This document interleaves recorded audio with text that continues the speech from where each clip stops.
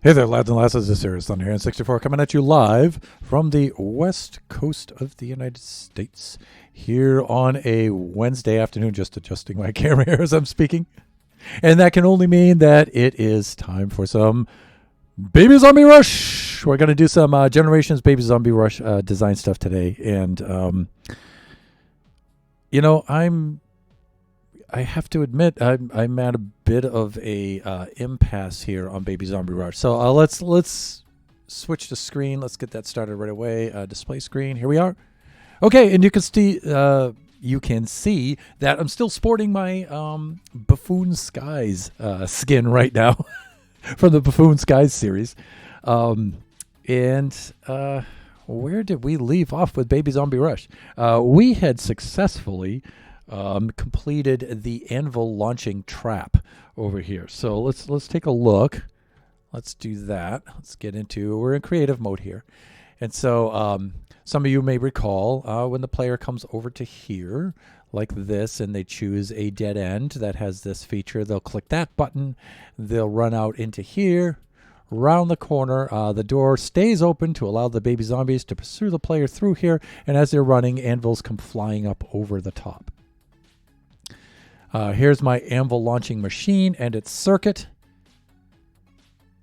Right, and right now we have the timing of the circuit and everything down just right, and it launches a apocalyptic hailstorm of anvils out into the oncoming player. And you know what? Let's just fire it up once. We've seen this a number of times now already, but let's get it going here. Let me see. I got to remember how this works. All right. Yeah, these go on here. Yeah. So I've been quite preoccupied with Buffoon Skies lately. Me and the other buffoons. There we go. Okay. Display like this. I'm looking at the sound over here. So let me see. Display. Maybe I've got to work on my audio here a little bit. What do I want to do with that? I'm going to bring this over here. I want to monitor that so I can hear it. Display. Well, it is on monitor and output, so I should be hearing that. And I hope you guys are hearing that as well. Yeah, it should be. All right, if I want to hear it through my headphones, I can just bring it out here, but I don't want any echo coming in from that. So maybe you guys will let me know if there's any echo sounds coming in from here, but I should hear an anvil when it's being placed like that. There's one, there's two like that, and I should be all set.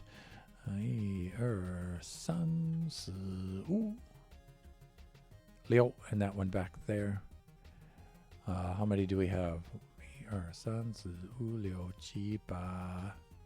We have 8 of them, right? Let's see. Her son. Su. Liu Chi. And then this one on this side. Ba. Okay, good. So we should be all set there, like that. And I think when last we left, we were having the door activate. We hooked up the circuit so the door activates the circuit. And I think we're good, right? Now, I think I actually liked the timing on it. So being pursued by baby zombies like this, we come over here like this, and we take a chance. Is this going to help us or hurt us? So we come into here like this. Then we start going like this. Oh, my God, there's anvils everywhere. Now, I'm in creative mode, so that's why the anvils didn't kill me. They just stopped me. But you can see where the anvils here just come to land on these spots here, and even if you don't get killed by the anvils, they slow you down sufficiently, and maybe the baby zombies kill you instead, or maybe you escape both of them and get to this end where you open this and then out into the maze you go. So that's the idea of that kind of a trap. Now, there is a problem. Say that the player comes around here again and they're a little bit lost, and they end up here again like this. And they come through here again. I mean, it would be ideal if these were cleared and the anvils would launch again. But how do we dispose? How do we dispose of these anvils? That's what I'm thinking. And also, how do we reload our anvil launcher? Now, reloading our anvil launcher, we might be able to do from above with this kind of a circuit here, where we could just do that kind of thing and then just drop the anvil down into place. We might be able to do that. We might be able to just push the anvil right over onto each one of these pads in a more horizontal fashion, which would probably be a better kind of way to do things. But I think the only way that we can push an anvil is if it's falling. So I think it has to be like this in order to drop and fall. I don't think we can just push it over the edge of something. So, unless maybe it's on a honey block. But that's not really, rearming this isn't really that big of a deal. That is possible. Disposing of these anvils that have landed, that is a big deal. I'm not sure how to do that at all. So on our community Discord, and if I just type in Discord there's the invite. One of the channels is the Baby Zombie Rush design channel, and where we discuss ideas for Baby Zombie Rush. And so there's two things right now that are tripping me up here, that have me at a bit of an impasse, a standstill here. How to dispose of the anvils, or even if we should. I mean, should we even bother with that? And probably the last bit of business on this before we launch this and are able to play it is what to do with this center area. I'm at a loss for those two things. So, should I clear these anvils? And if so, how to do that? And what to do with this center section? Now, one thing about this center section is it's open to daylight, so baby zombies will burn here. Right? And so if you can run in circles here long enough, you will burn the baby zombies, and then you can proceed. Right? There's also one more trap I want to make, and that's a trap where you open the door and baby zombies come out. I probably want that in two different places. Somewhere towards the beginning of the maze and somewhere towards the end of the maze. That's another trap. So I may just wind up working on that today. And just letting this stew in my brain for a little bit and letting that stew in my brain for a little bit. Another thing we may do today, too, is document the features that we already have. So we might do something like that as well. So just to keep track of them, count them, list what they are, get them into place and stuff. Review them, make sure either A, that they're still function, or B, maybe we can change out the circuit because we've learned more about circuits now, and maybe we can make them a little bit more efficient and clean them up a little bit. So we might want to do that kind of stuff today. We could do that. So I'm going to go back here at the beginning. And really, resolving this, coming up with something like this, and then putting in those baby zombie replenishers, 2 points in the maze to do that. And then I think we're ready to play it outside of just working on the aesthetics and maybe the launch area. And then we're ready to build it in the Generation Survival server and invite on possible contestants. Right now, I've just detected something happening outside the studio there. No big deal, but I do have to go check out what that is. So I'm going to put on the Be Right Back scene. It should only take me a few minutes to deal with that.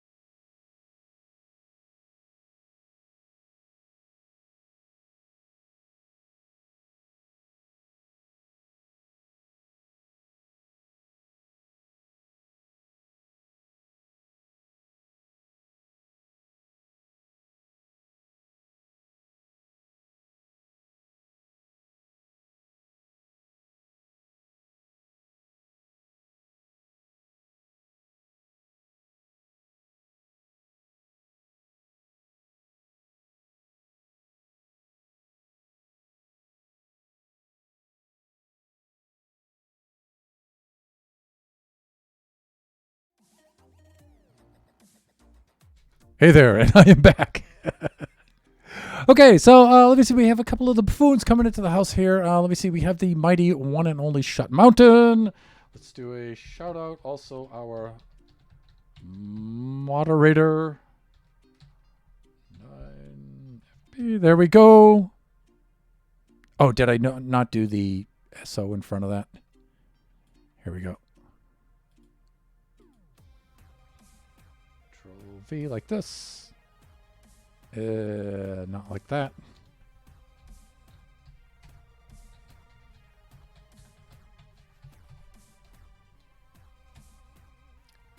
Typing difficulties for these.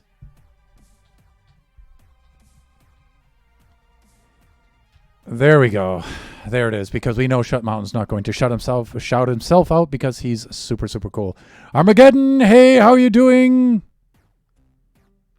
Welcome into the stream, everybody. And let me see. And that's Kai Lady's raid. Kai, thank you so much for the raid. You know, I did lurk in your stream a little bit, doing the crafting of the buffoons there a little bit. I was able to do that this morning while I was making breakfast for Kati. So I do appreciate the raid. Welcome in, raiders. Today we are doing, I see Shut Mountain gave you the shout out there too. So thank you so much for that, Shut. Today we're working on the Baby Zombie Rush design game here. And like I was mentioning earlier before you guys likely came in with the raid, is I'm at a bit of an impasse right now. I have 3 things left to do here before we can begin building this in the Generation Survival world and having players, contestants, participants come in and try their luck at it. And but there's 3 things left to do, and I'm at a bit of an impasse with those. One of the last features that we had put into place here was the anvil launcher trap here, and I'll load that up for you guys so you can see that work because some of you haven't seen any of this yet, I believe. And so we have the anvil launcher trap. We have this middle section of the maze that I don't know what to do with this yet. I still haven't figured this out. I know it's open to the sunlight, so the baby zombies will burn. So if the player finds themselves in the center of the maze, this isn't the way out of the maze. But if they do wind up in the center of the maze here, and they can dodge and juke the baby zombies enough, the baby zombies will burn, and that's a good thing, beneficial thing. But now they're here, and I don't know what should happen to them here. So we have 2 things. We have to resolve the anvil launcher system, and we'll talk about that in just a moment. We do have to figure out something to do with the center of the maze. There needs to be a baby zombie replenishing station, 2 of them in the maze somewhere. Somewhere towards the end of the maze, somewhere towards the beginning of the maze. It'll be a dead end where you'll push a button and baby zombies will come pouring out. So that needs to happen. So Luna, hey, how are you doing?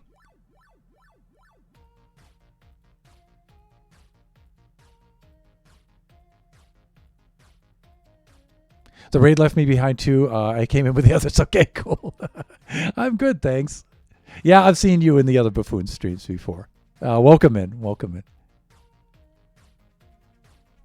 Arma, always good to see you too.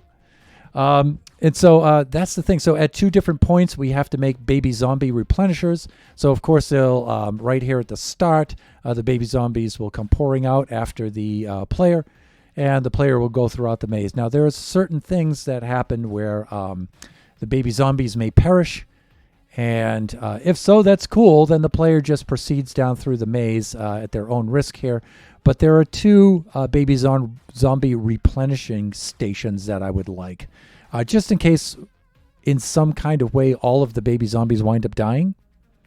Then the player's just going through maybe the player earns a brief respite in that case, in that scenario, and they can just figure their way out through the maze. There are still a couple of traps and things, but I would like, again, more baby zombies to come out at some point.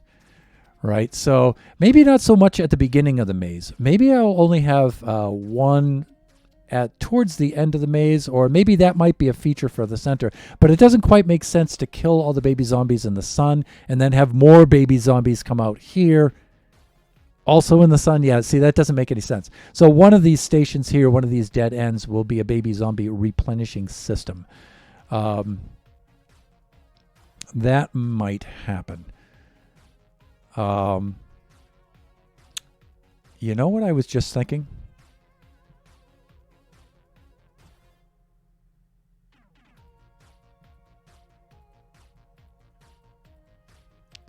Baby zombies raining down from the sky in other parts of the maze.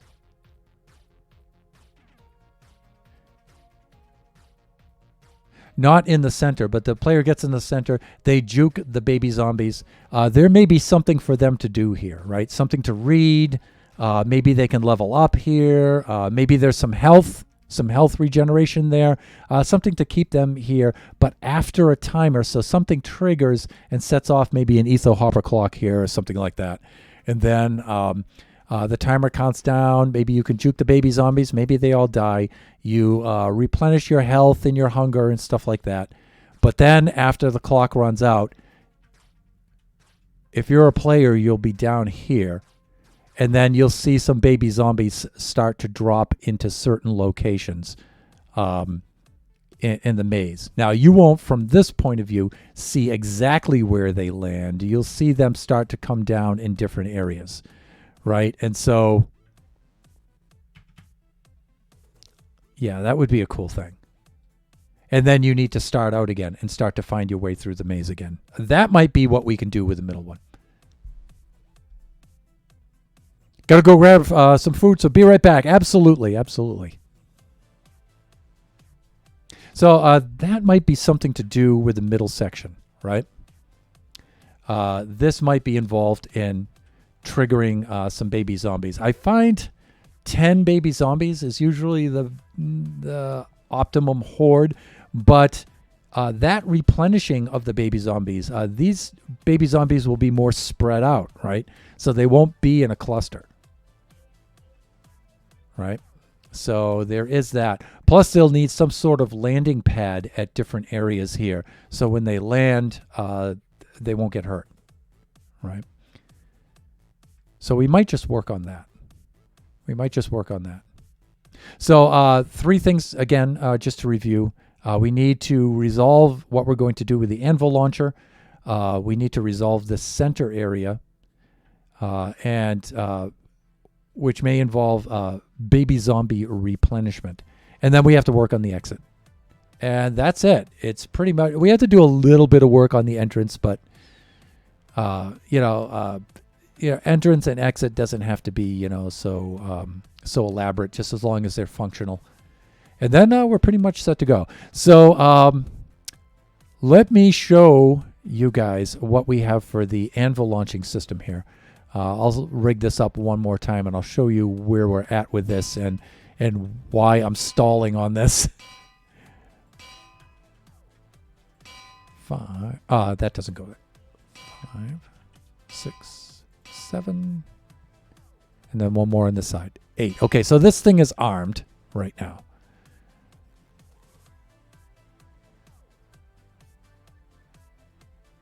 All right, and let's load up some baby zombies.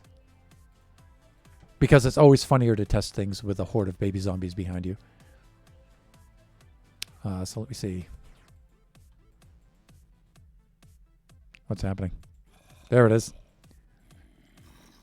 6、7、8、9、10. Okay, so we have 10 baby zombies. There we go. Like this. We come down into... Oh no, I already let them out. That's not good. Okay, that's not that big of a deal. I'll do a little bit more because they might get lost.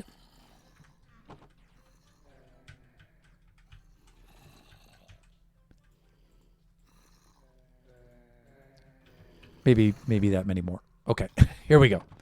So we're gonna go over here now. Don't land on the pad, Thunder. Okay, this is good. And let us do this. Now, we're going to have to run right away because these guys are like right on me here. Like those little dudes right there. So, what did I do here?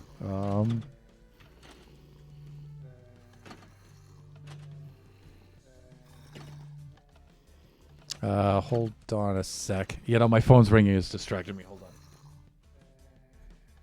All right, let's do that. Usually if I just come in over here. There we go. Okay, I'm definitely in survival now. Oh, the baby zombies are triggering. Okay, here they are. Whoa! All right, so we come running over to here like this. We click on that. What's happening? I just screwed something up somehow. Okay, we've got this. All right, let's try that again. I was thoroughly distracted there. All right. BZR is over in this direction on the test world. So yeah, we're in the creative mode test world right now building this for those of you who have not dropped by before. And okay, so they have despawned. All right, let's do this correctly now. Thunder.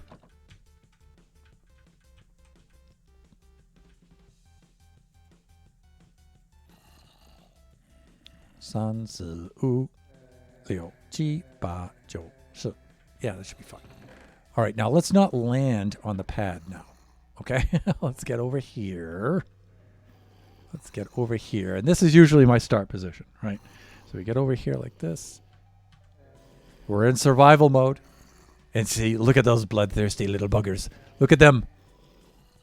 Okay, here we go. So the moment I step on this or that, whichever direction I go, or that one, this opens up and they come out. So here we go.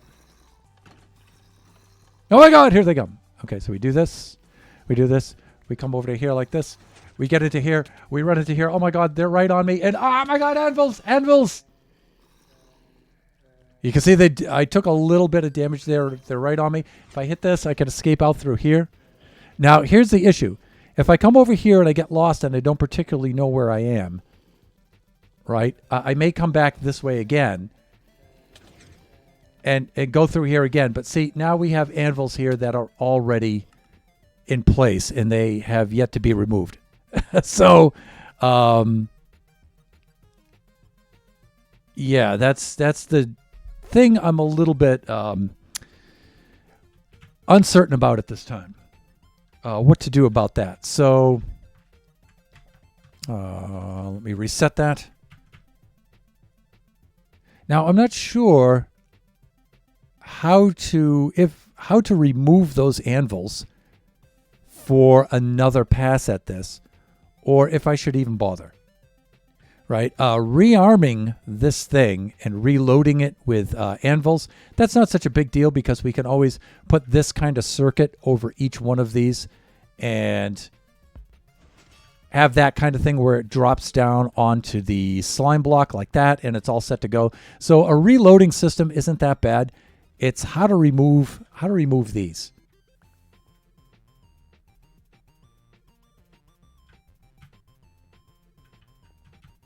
Now, I was thinking, now, for the actual game itself, not the test build like this, of course, their locations will not be marked, and they'll also not be in the same kind of configuration as this, right? They'll change each time. But I was thinking on, a way to remove these. My initial thought was to just put trapdoors under them, and then have some sort of etho hopper clock. Once the door is activated, after a certain amount of time, the trapdoor opens and then these drop out and they close again. But then you'll see the trapdoors and you'll know the anvil landing locations. And even if you don't know the anvils are going to land there, you'll suspect something's up, right? So that's the idea here. I don't really know what to do about that. I thought about having pistons remove these blocks and then having the anvils just fall. And the thing is, you can't push an anvil either without it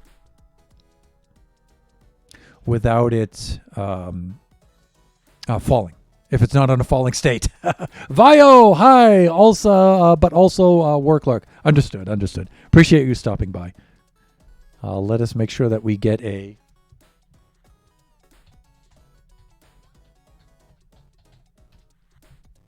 shout out there for fellow buffoon Violenity. And so, yeah, I'm not really sure what to do about this. I've been thinking about this for a while, and I have no conclusions. Or even if I should bother with this. Maybe I should just leave the anvils there, and if they come around again, they'll be, oh, this again. And the anvils will slow them down enough to make it more dangerous.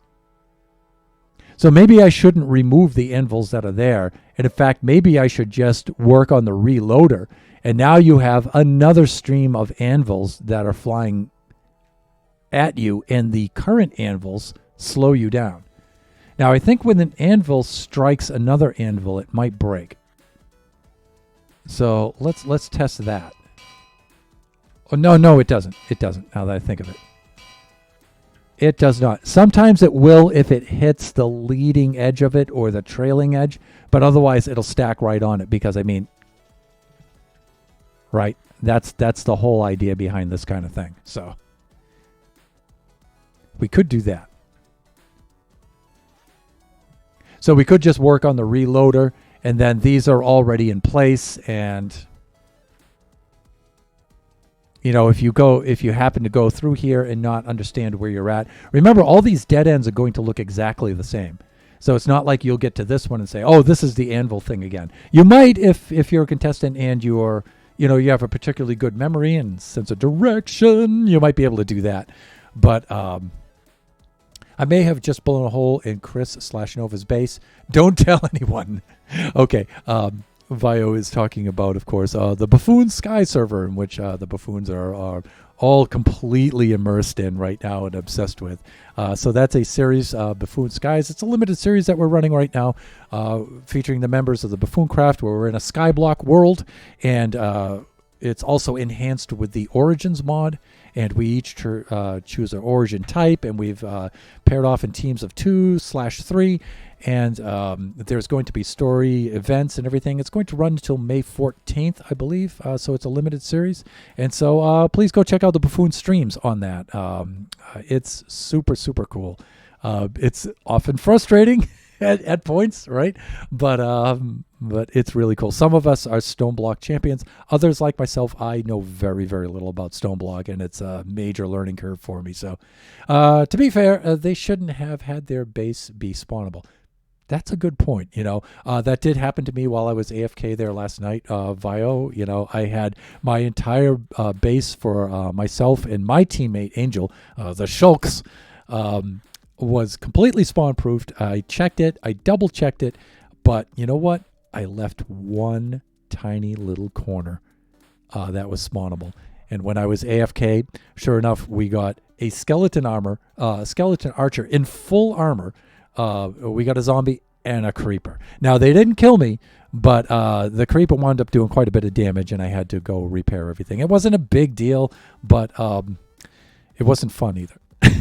It's like, dang, I'm sure I checked that corner, but no, I missed it, So, yeah, light up the corner and then AFK. We also had a water drink trader stop by while I was AFK and try to push me off the world. So... Vio saying, yeah, luckily I didn't lose any of my pickaxes. Yeah, that's fortunate for you. Angel and I are lucky because we're Shulks. We don't need pickaxes.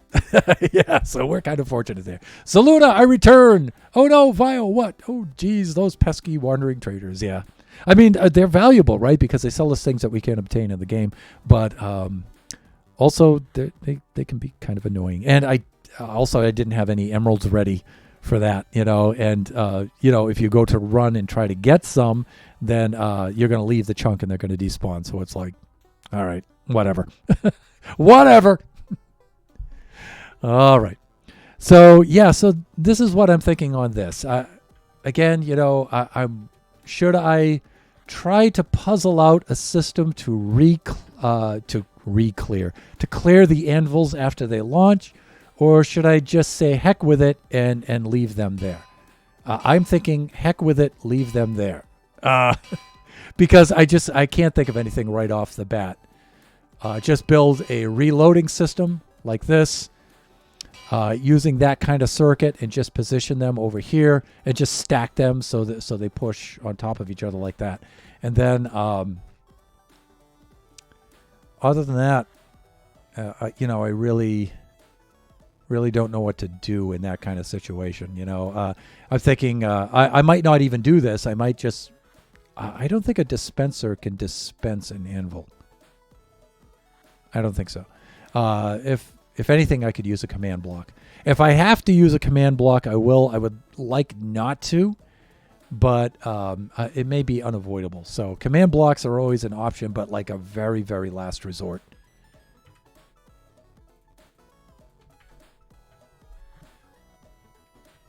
So again, we can bring this for a little bit of a test run just because it's very funny to watch.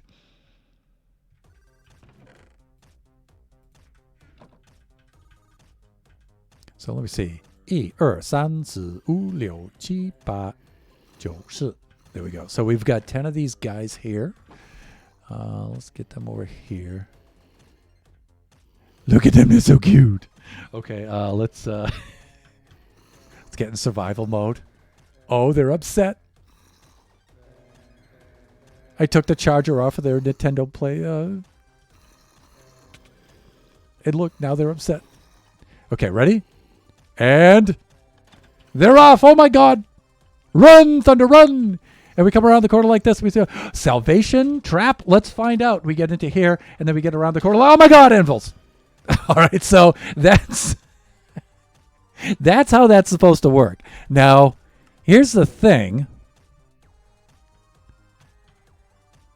Let me see.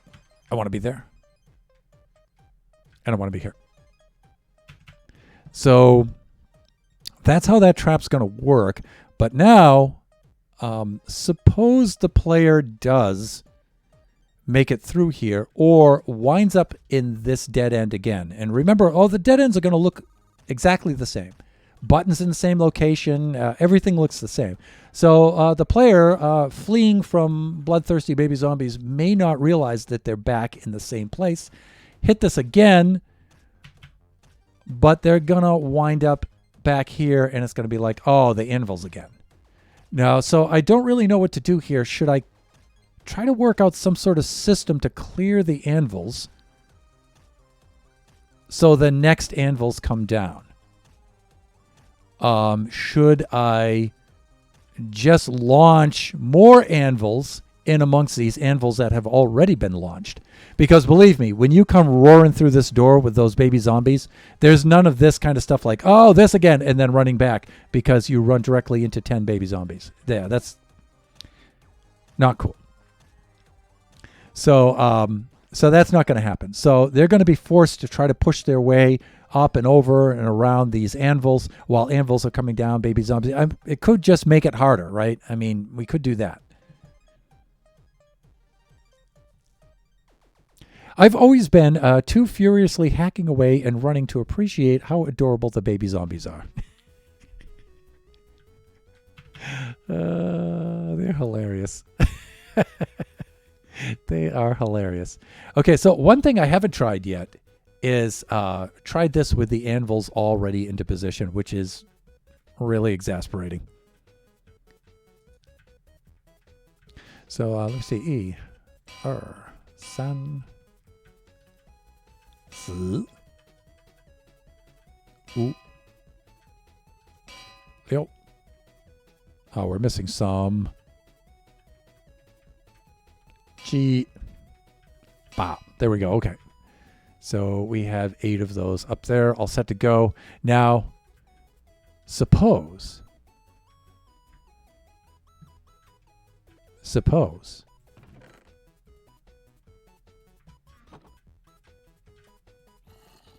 Wow, armored. 1, 2, 3, 4, 5, 6, 7, 8, 9, 10. Okay, suppose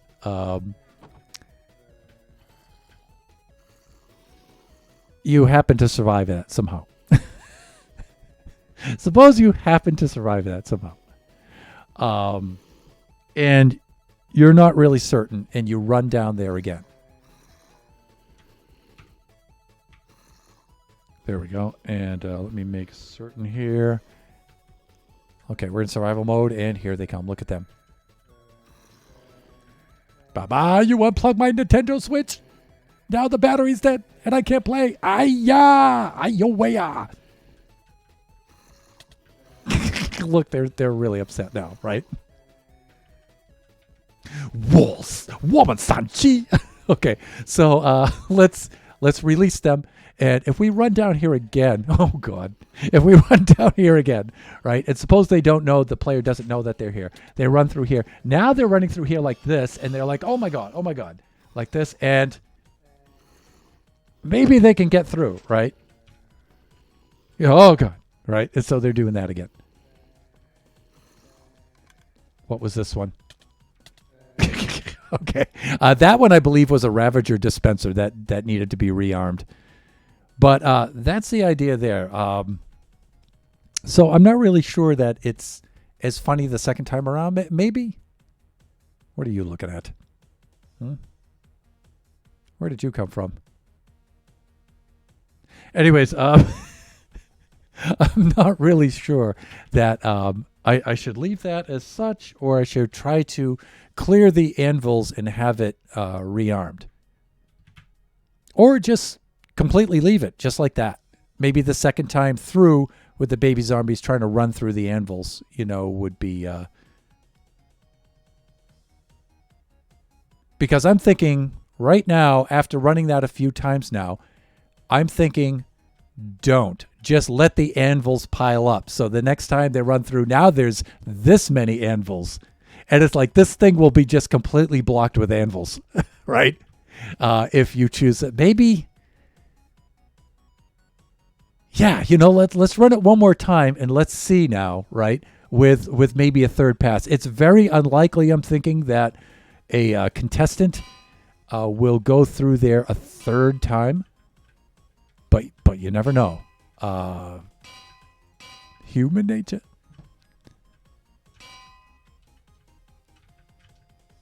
I think I'm good. One right there.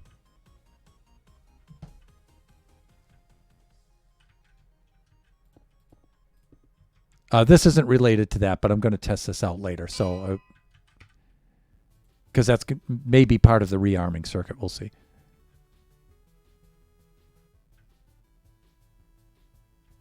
All right, let's let's do this again.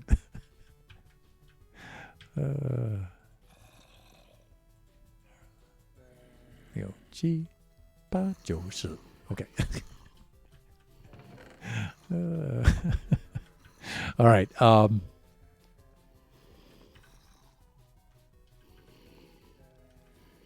let me get over here like this. We're in survival mode. And here we go. And they're off! Okay, so we come flying around here. We go around the corner here. We press this again, and it's like, we're into here, and it's like, oh, no, not this again. Oh, my God. Oh. Yeah, see, this is... you can still make it through, though. That's actually good. We do this. We get there. Oh, my God, they're right on us. They're right on us. We get through here. And now you can actually juke these guys if you wind up in a dead end. Oh, geez, not this one. Sometimes you can parkour over this if you're good at parkour. Then we could do this. Door will close in about 25 seconds. Take all the items that are dispensed to you. Oh, this isn't filled. All right. So what happens here is, oh, my God. Right. So the things you'll get there are some health potions, I believe. You'll get a baby zombie whacking stick that has knockback on it. Doesn't really kill them outright, but gives you knockback so you can swat them away. And I think you get some Depth Strider boots there, too, if I remember correctly. So... yeah, I think you know what, we work on a reloading system, and maybe just enough for three runs, because I really doubt that anybody's going to make it through there 3 times. really. Um, and we could do that. And the other thing I'm thinking of too is right now it's a kind of open-ended maze, even though I wouldn't really say that, but there's not one particular course to go through. There's one solution course to go through, or maybe a few depending on how it's arranged. But there's other kinds of mazes that you make that are, I don't want to say linear, but they're progressive mazes where you have to go through one path, right? In other words, in order to get out, you would have to go through this anvil room, right? There's no other option, right? So there's that kind of maze too. But I'm thinking I don't really want to do that because part of the difficulty of the maze is to try to figure out a way out instead of having only the way out, right? So so I don't think I want to mess with that because if I had a one path maze like that, where it only has one route through it, that would also be a solution to this, right? Because then the player would only be going through here like maybe one time, right? So I do like the idea of the anvils just accumulating and accumulating, and because it increases the difficulty because now it blocks the path.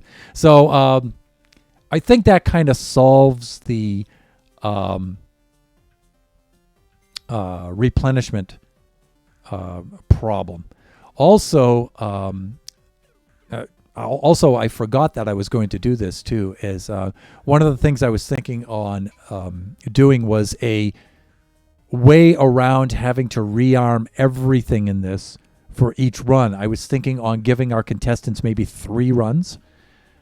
So I was going to build 3 identical mazes and then stock all 3 of them. And so they would run through the first time, maybe they die. When they go to the second time, they go to the second maze, completely identical to the first maze.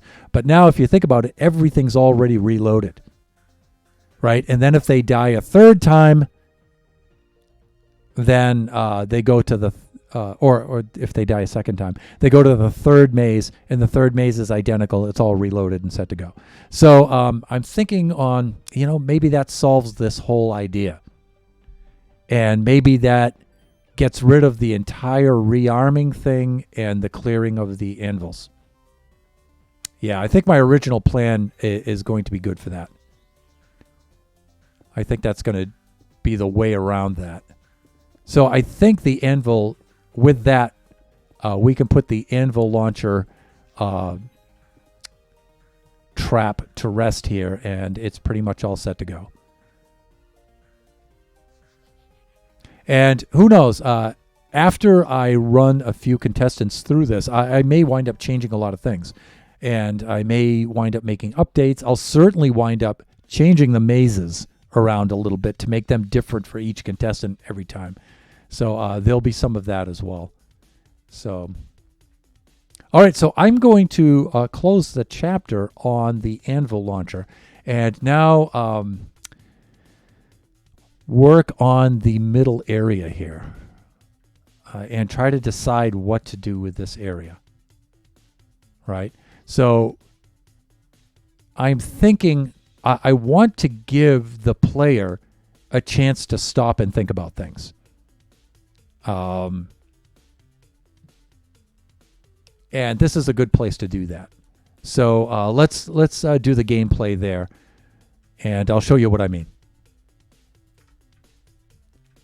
Sometimes I use redstone to mark out trails when I'm testing things.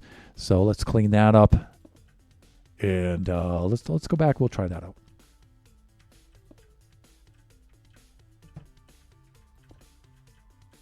Let's get some of that in our hand too, so we're ready to mark out a trail. So I'll mark out a trail to the center.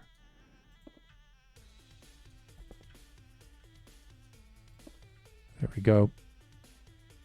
After I clean up any other trails that are here. I don't see any, so I think we're okay.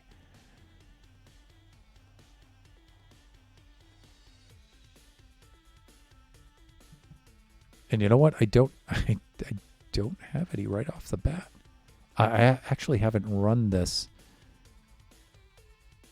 in quite some time. Oh, okay. I see what's happening.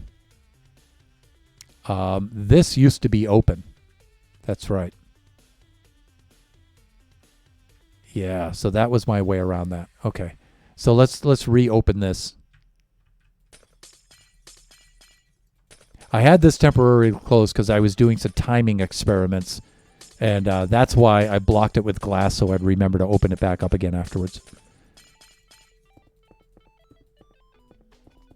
One of the problems I was having is you saw when we were coming back here that this drained to the moment after I started running through it. When I got to the shore, this would drain and the baby zombies would come running out.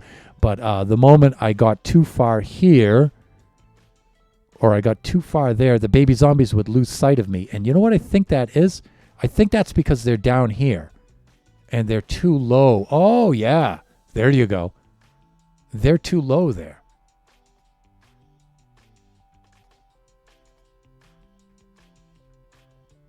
Because baby zombies are down below this. That's why. They're too low there. All right, I'm going to do this. Now, I have to... Because I have to do this now while I remember it, while it's still fresh in my head, because, you know, I'm old. So for this part, I'm thinking on doing that. I think that they can still see over this. And they might still be able to see me through here. But I'll do this to remind myself of that kind of a thing.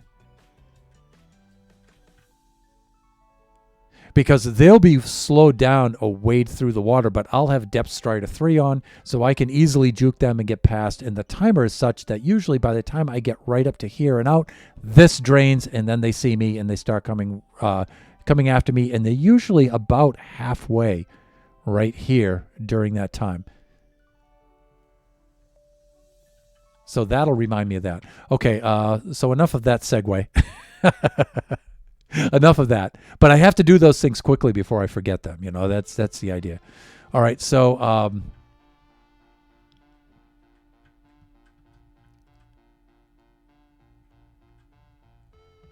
right, so we do this. We do this. And let me see, we do this. It's actually been a while. I've been working so hard on the anvils that I haven't run the maze proper in quite some time. Yeah, okay, I'm on the right track. I go here, here, here, here. But then I go this way. And how do I get to the center? I'm going to have to go around like that, okay?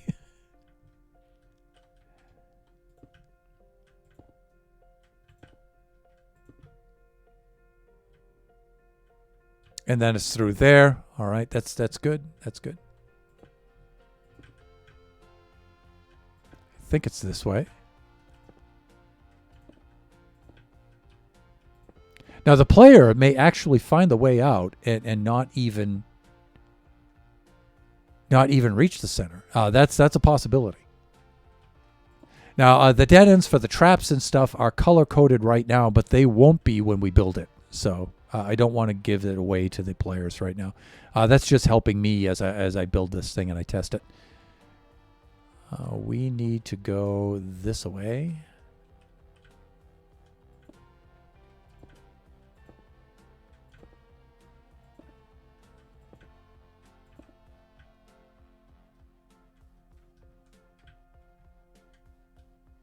Wow, this is a long path around I had for this one.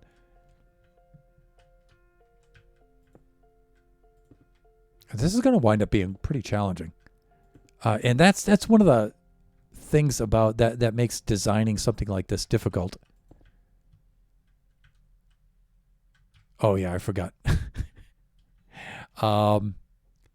See, originally I had this blocked up. And I didn't want to have that open. That's why.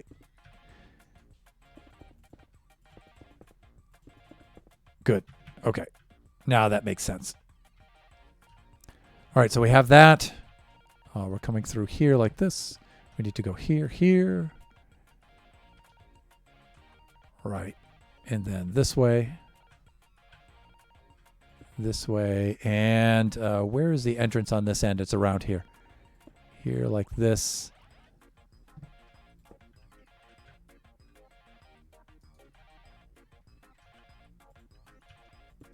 There we go. Okay, that should be a pretty good guide for me to follow. All right, let's give this a run.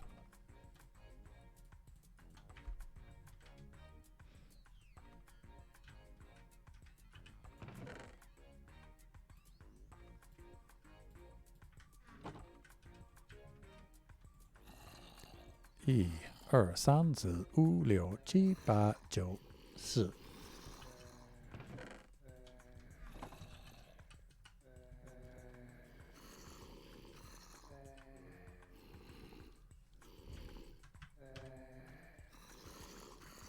Survival mode it is.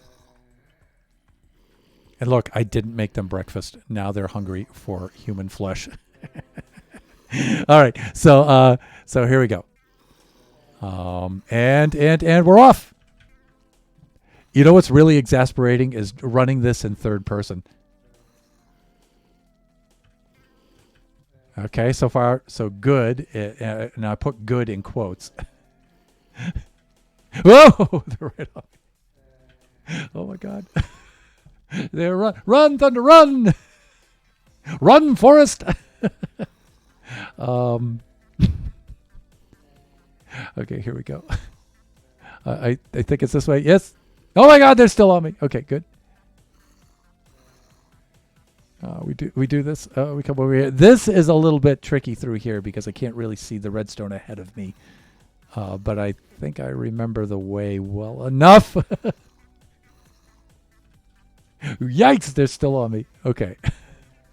So my pathing is working out well. They can still see me, which is the important thing, because otherwise the moment they get to a point where they can't see, they'll stop pursuing. Okay, so we made it to the center. Now, see, if I can juke them long enough for them to burn like this. It takes them a while, though, see? They don't just all perish immediately. And then, you know, my food runs down.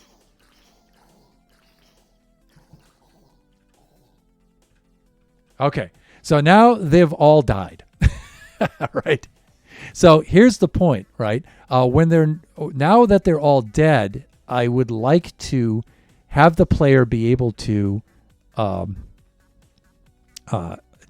a bit of a breather here. All right, but not that long. Okay, so I'd like the player to have a breather. Obviously, the player's not going to be able to see any landmarks like that or anything above the map. So they may recall that they came in through here. They have an exit there.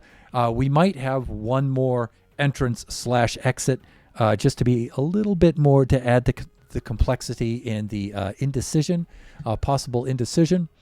But also, I want something in here.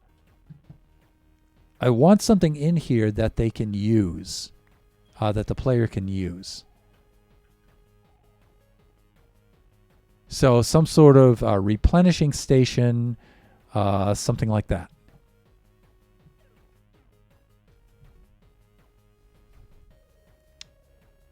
Maybe something that will give some health, replenish their food supply, right? That way they can stop, they can eat, and they can think. But I also want this to be on a timer, right? And so they can't just linger out here forever. Though I do want to give them plenty of time, right? So if they can juke the baby zombies long enough, then they can get a chance here to get some stuff, right? And who knows? Players might do something like they're running here, and they may just run right out, right? So, but to encourage them to stay here, I want to have something something that they can use.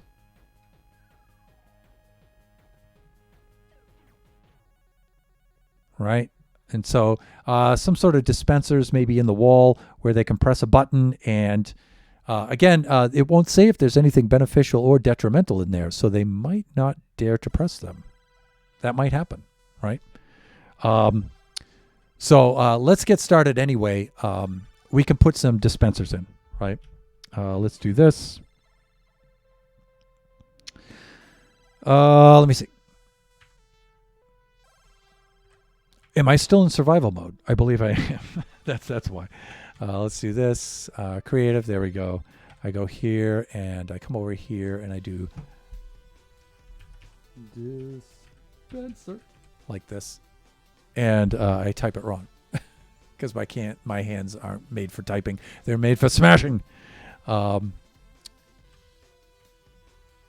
And where do I usually put the buttons? I think it's 3 levels up is where I put buttons, right? Yeah, okay, that's good. Not that it matters, but I like a consistent look.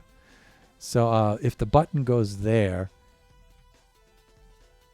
maybe the dispenser will go there and it'll leave me some room for redstone. Right?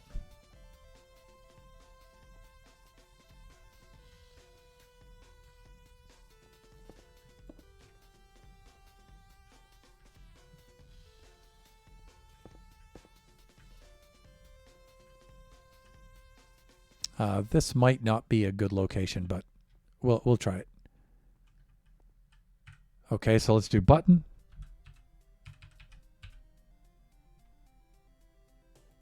Yeah, we'll use the stone buttons. Some of you might not know that stone stone buttons have different tick values than wooden buttons. So when you're doing redstone, you have to remember that. How do I know that? I've made that mistake. All right, now I'm thinking, what kinds of things should we have? I already know one of them. Somehow, one of these should activate the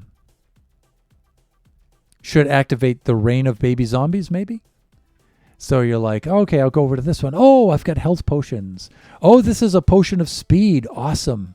Oh, this is a strength potion or some other beneficial potion, right? Or some food, right? And then it's like, oh, okay, I wonder what this one does. Click, and then baby zombies start raining down from the sky. That's a cool idea, but that's going to be difficult to do.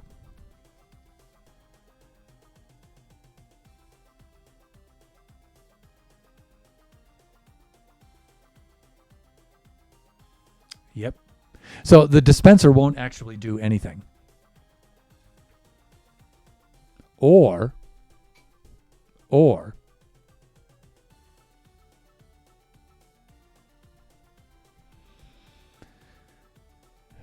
it would dispense baby zombies. Again, it'll dispense baby zombies into the sunlight, which I don't think is a useful thing.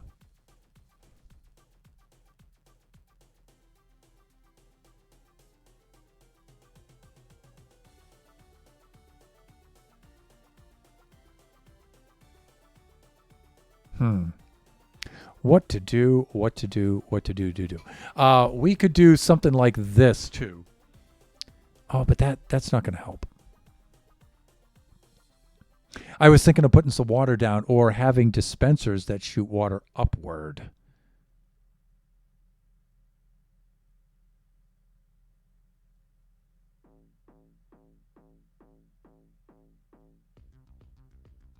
So this is what, well, because they wouldn't be able to see you. Yeah, and they're not going to be able to run through the water. Yeah, all right. I like the idea of just having a hopper clock down here, counting down, and then they start raining down into different areas of the maze. I like going with that. I think I'll go with that instead.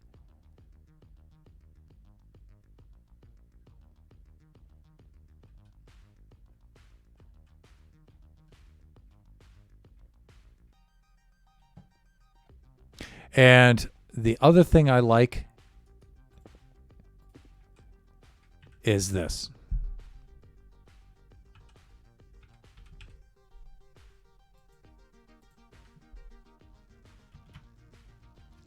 I like the idea of having a clock.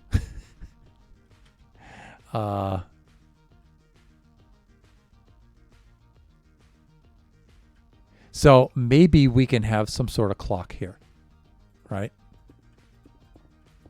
I mean, we'll have the Etho Harper clock, but I'm thinking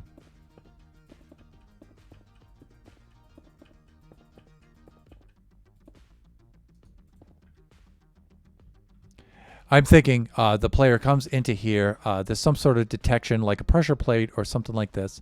They come running into here, right? And they're juking the baby zombies and stuff like that. But the counter is counting down, and I think they'll get it once if they survive the baby zombies, which they should. It looks like it's pretty easy to survive, right? They survive the baby zombies, right? But they'll see these counting down. So I don't know how to build that yet, so I'm going to have to research that. I have a rough idea of what I'm going to do with the Hopper clock and the comparators, but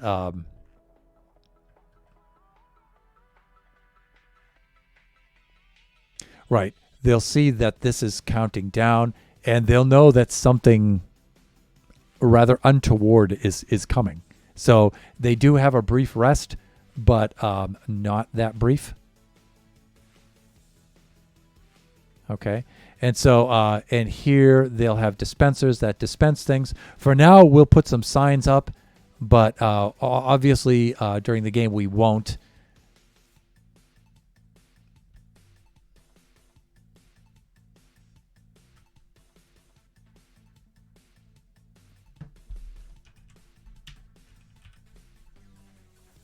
For the actual game itself, we won't have any signs up. So let's take a look at some potions.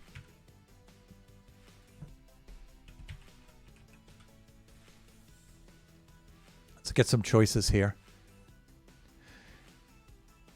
Like potion of regeneration would be kind of cool.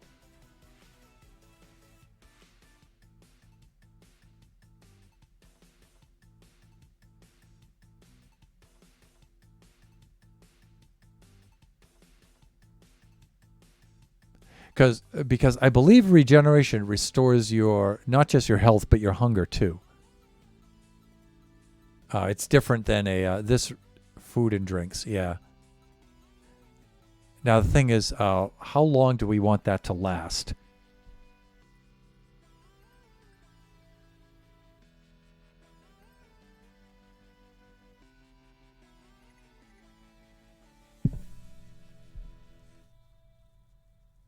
So I'm thinking you only get one of these at a time, right?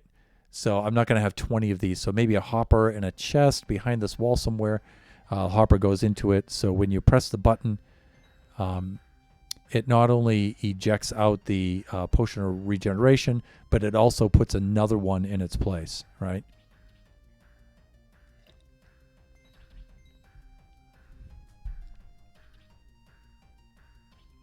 Yeah, that could be a thing.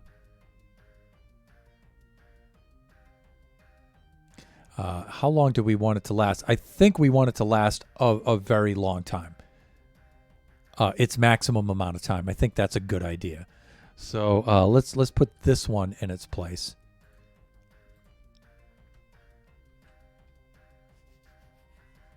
And for now, we'll just write on here. Again, during the game, this won't be will not be indicated. So those are the regeneration potions, right? Because I want the player to be so paranoid by the time they get to this point where they're like, oh, good, a dispenser. Maybe there's something to help me. Maybe not. Should I press that button or not? That's what I want the player to do. Should I press this thing or not? Right? So,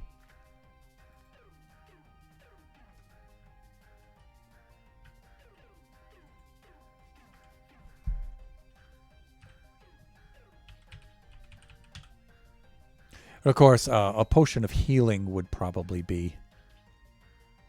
Well, you got a splash potion of generation, but I'd rather have them drink it. I think that's cooler.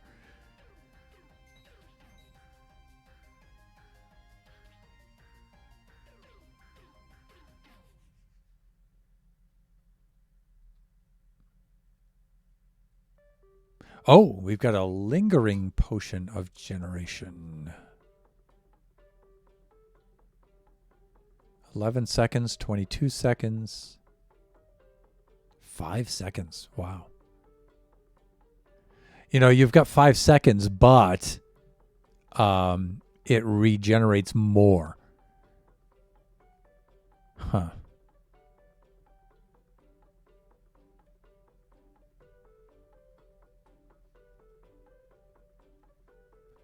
Well, we certainly don't want slowness, but that would be kind of funny. We should go with health, right? I mean, that's a pretty obvious one, right?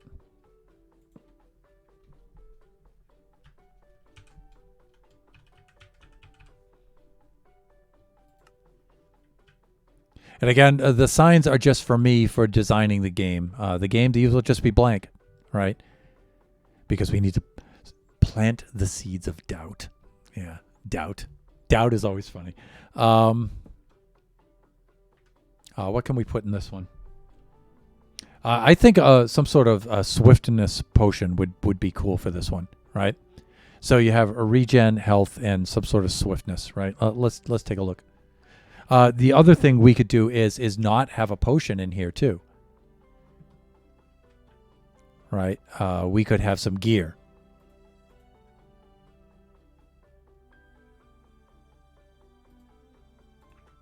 I know I put the sign up here, but I didn't put the potion in here. There we go. And then over here,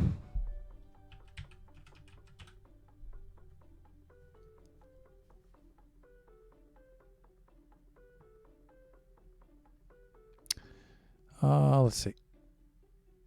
Night vision, invisibility might be an interesting one.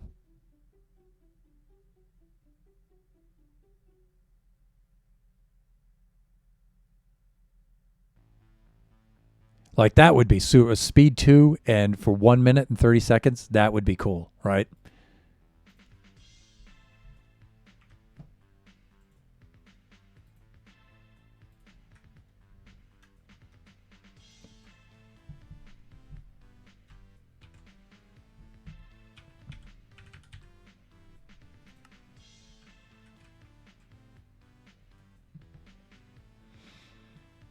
Okay, I think we're good here, right?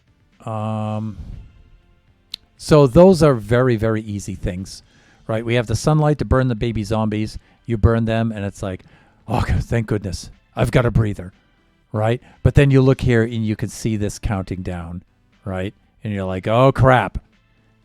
Something's going to happen, right? You don't know what, but something's going to happen, definitely, right? So whatever I'm doing here, I better hurry up and do it. Oh, goodness. Okay, should I press this thing or not? Right?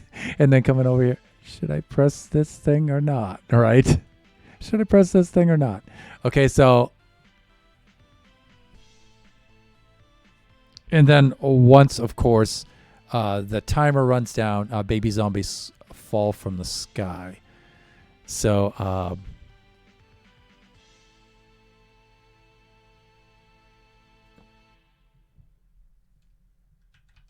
When timer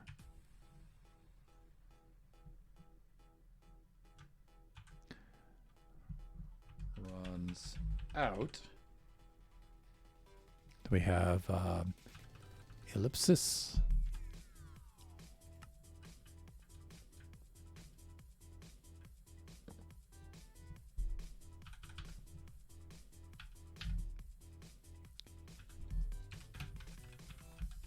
Baby zombies. Right. I'm sorry, this is my 60% keyboard, so it's like or anytime I want to use the arrow function, it's like awk. Fall from the sky. And then throughout the, and then we come over here, maze. And so I had to put that throughout the maze note on there because I don't want them just to fall in this square. What I would like is them to fall in different areas throughout, right? And remember, if a baby zombie lands here, right, they can see me through there. They're going to start to try to pathfind to get to me. All right. So one thing I want to do is I want to test a dispenser from up here. So let's get some quartz.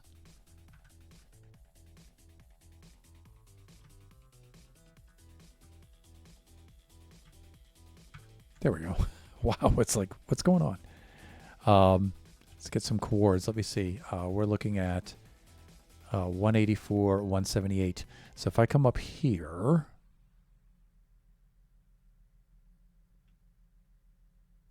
like this, and I get a dispenser, like that. We load this in like, oh okay. And we load this in like this. Okay, I think if I just drop the baby zombie egg directly down there, I don't need any kind of, I'm not going to need any kind of water for them to land on or something. They should be fine.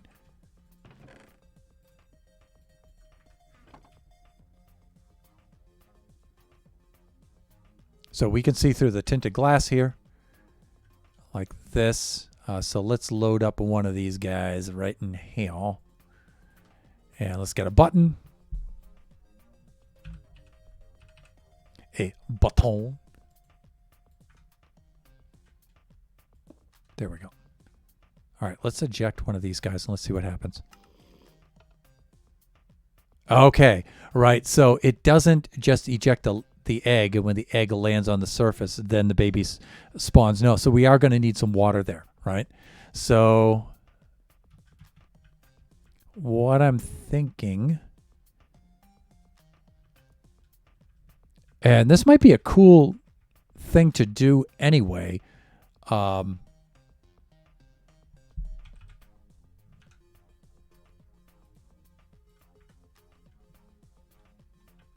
because I was wondering what I should do for some kind of cool feature.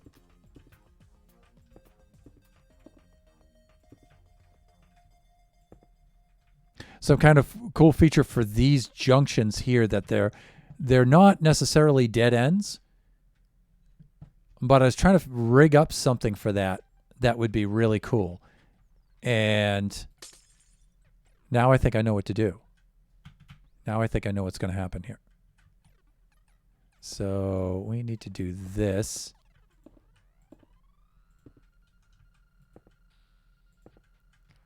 Like that. Then I need to come over here like this.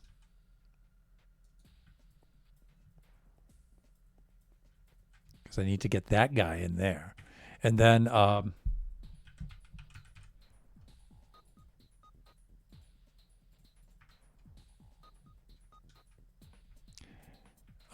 let me see. Will this light source still shine through? No, it won't. Okay. This might be a little janky, but we'll see. So, we can do that,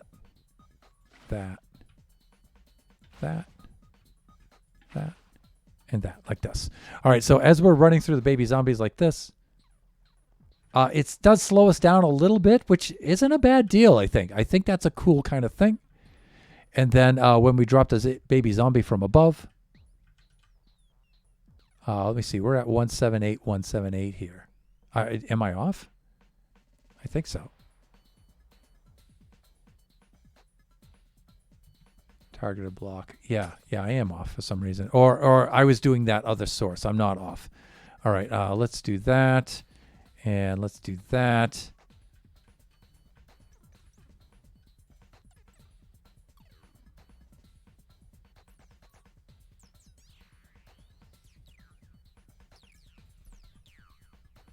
That's not what I want to do.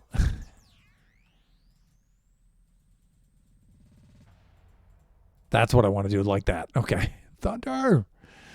All right. So 178, 178.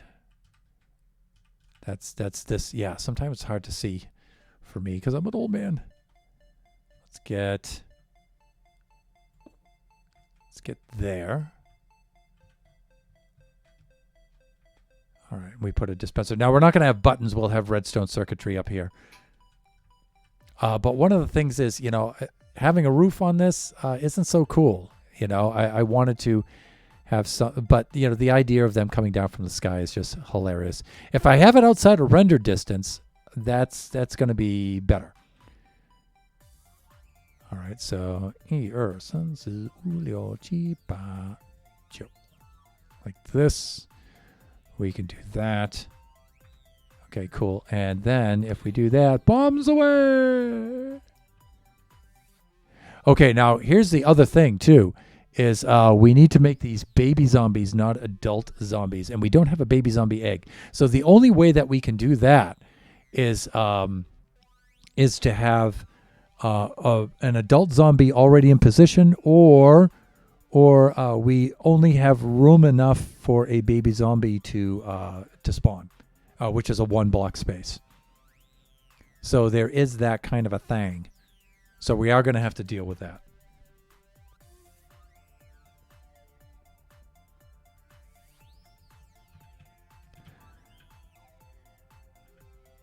But I'm not sure I want to put them at corners.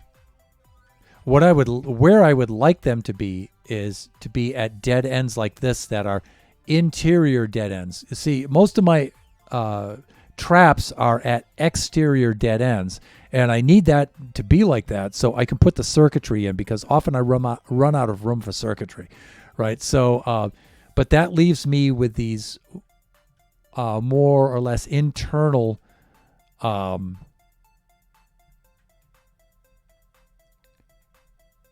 these internal dead ends, right? So these internal dead ends, I would like to have baby zombies in. So maybe not in this location here.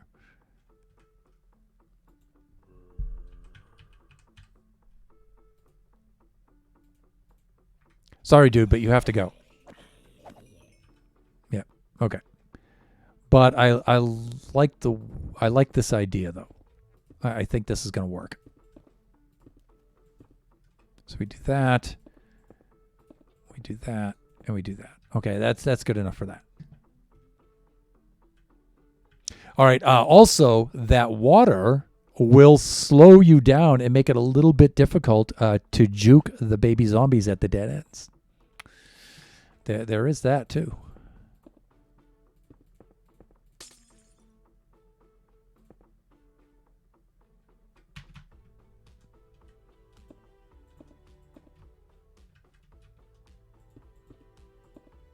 So this would be one location where baby zombies would... and you know what? It doesn't necessarily have to be one baby zombie per location either.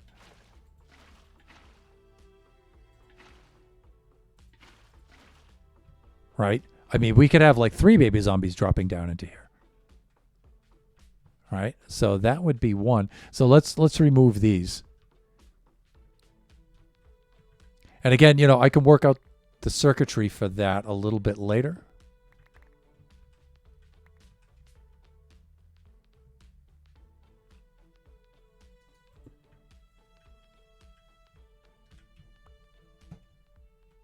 And let me see. How am I doing for time here? 122. All right.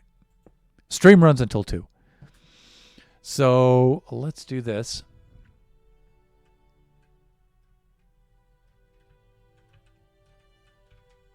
And let me see. I'm at 172, 184.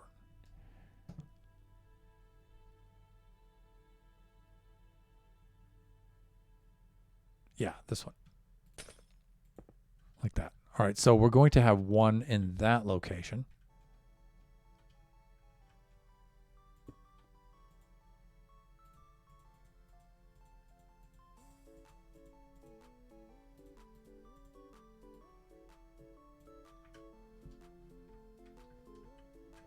And so we'll just go around the map and we'll mark these locations like this. Any of these internal dead ends, like that's an internal dead end right here.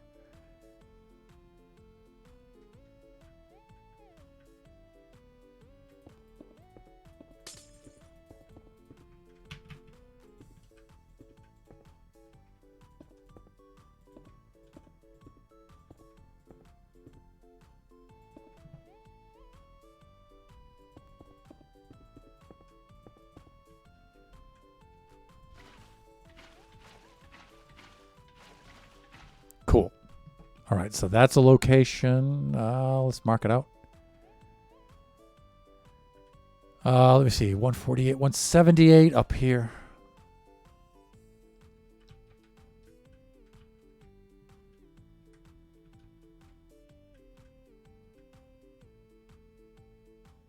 Yeah, this one. Great.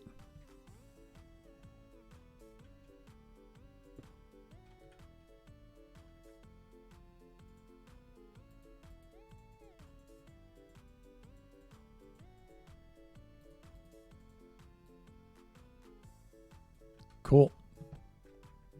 So we'll go around. We'll mark all of each of these locations. I did have this one marked already, and then I reversed it. But oh well.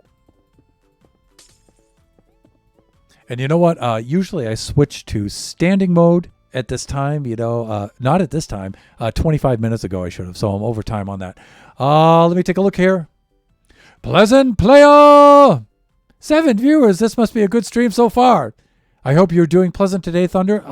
Pleasant Player, you are completely awesome. Thunder, are you sure a dispenser will produce a baby zombie and not just a zombie spawn egg? I did mention that earlier, Shut Mountain.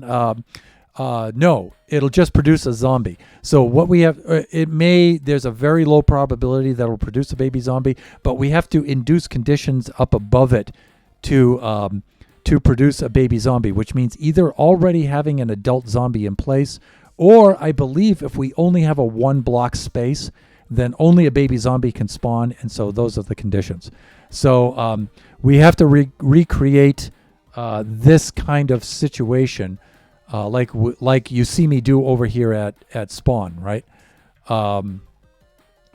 When I begin a test run, you can see, well, we got lucky that time. One spawned immediately, right? But usually an adult spawns, and then if you try to spawn one in the same square as an adult, that's where you get the baby zombies. Now, the dispenser should do the same thing. If there's an adult zombie blocking the way, then a dispenser should spawn a baby zombie instead. It should. But we do have to test that. So, Pleasant Player. Let's do a shout out for Pleasant Player.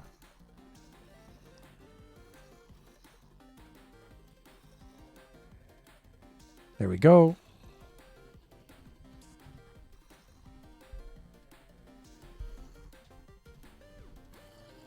And shout out for the one and only, the mighty Pleasant Player. Friend of the stream. And has co-streamed with me. We're still going to do a little bit of something, maybe before I go to Taiwan this summer, maybe a little after. So I'll have to get with you and touch base with you and find out how we're doing on that. But let me see. The science of it is really interesting. Science, right? So, but yeah. So we do need. We do need to test that and see if that works. We may do that too once I put these locations in. Yes, I have to finish that. I'll update you more soon. Okay, cool. How are things going in your location over there? Because you were having some rather treacherous weather a couple of weeks back over in your town there. And how did that turn out? Well, I hope for you.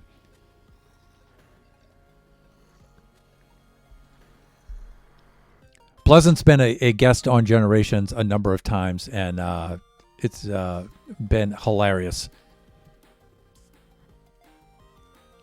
We did a dragon slaying episode together on Generations for the end there, and it was just then we did PvP afterwards, and it was just laughs, laughs, and more laughs. Okay, I was working here, I believe, last.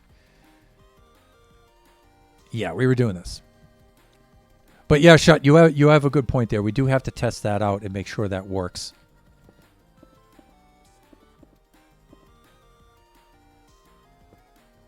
In fact, before I go through all of this work, I should probably do that, right?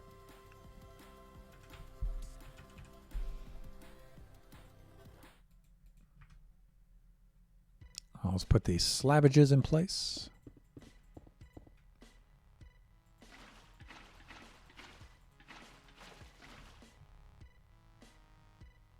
My city's water line broke. Yeah, broke. I remember you typing that in the Discord channel. Yes, I'll update you more soon. Okay, fair enough. Oh no, that's the other line above that. Sorry. So none of the water could be used, which sucked. Oh yeah, but they fixed it on Easter, so everything is good now. Great.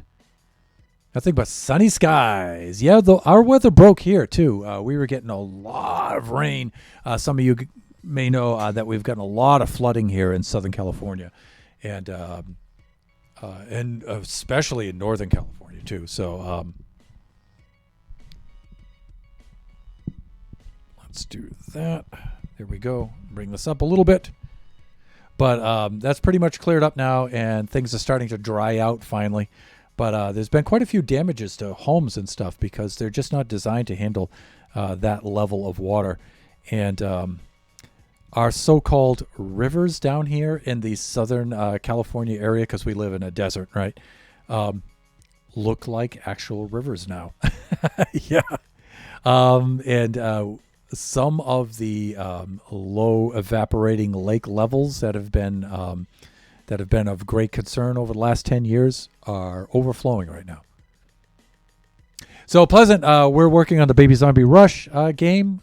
We've finished the Anvil launcher, and we're working on this center area feature here and trying to figure out what to do.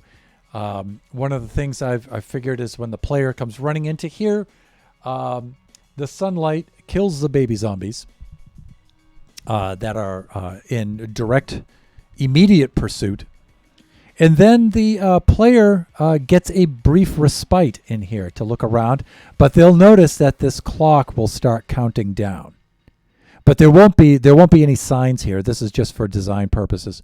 But there won't be any signs. They'll just notice that this is counting down. And they should deduce that they had better get out of there soon. Right. Or some event is going to happen when that counts down, right? So, again, there won't be any signs, but there will be a dispenser and a button. And at this point, I hope a little bit of paranoia will set in, and they'll be thinking, should I press this thing or not? Right? Because usually when I press a button, bad things happen, but not always. Sometimes good things happen, right? So, moment of doubt, well, let's press it and see what happens, right? And then out comes a potion of regen. Right? And then, okay, maybe that was a good one, right? Maybe this one will be a good one too. Press it. Health. Okay, that's good. Two things. And then they'll hopefully feel a little bit confident about this. Now, I could be really mean here and have this dispense some lava or something like that. Would be pretty mean. But no, they'll get a speed potion here or something like that. But then the clock will count down, and they need to get out of there. And once the clock hits 0, what I'm hoping is baby zombies will start falling from these locations in the sky into different areas of the maze. And that's what I want to have happen here. But before we carry on with that, we should take Shut Mountain's advice, and we should test if that's actually going to work or not. What that is going to take. All right, so let's do something like this. Yeah, let's do something like this. Let's get here.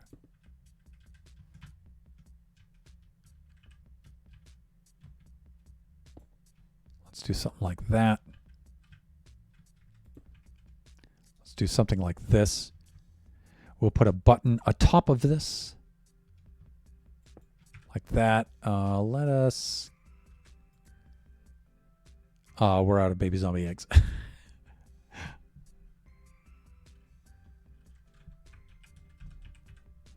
There we go. Let's get some here. Put that in the old inventory. And let's load one into here. And let's see what happens. I mean, because this could be an easy fix.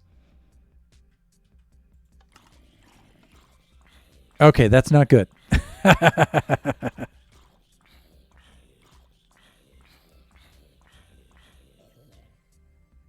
Not good. All right. Let me see. Saluna. Okay, I'm going to need to head off, but it's been fascinating to watch this Death Trap of a Maze coming to life. See you around. Thank you so much, Saluna, for coming in on the raid with Kai and everybody. Do appreciate it. Good to see you, and you enjoy the rest of your day. Right, so Shut has a point here. Right. So what we can do here is we could do something like this. Now, maybe this will work. Right, where we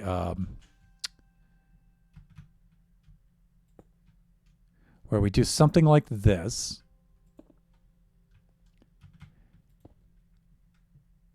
Let's get some temporarily. Let's put some fence posts around this, just so he doesn't wander off. Like that.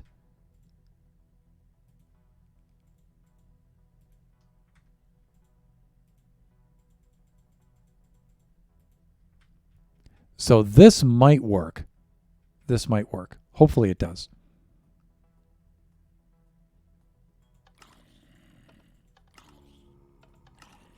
Nope, it does not. All right, so this might be a command block thing. Again, you know, I'm not a fan of command blocks. But this might be a situation in which I'm going to have to use one. Because Shut is right here. You know, this is not going to work.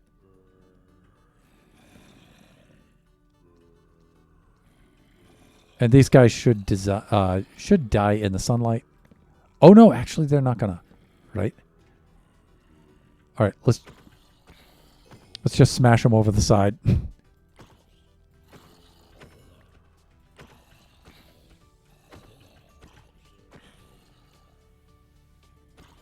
Clear these guys out. Yeah, good call, Shut. Good call. So, but we'll probably wind up having to use a command block there.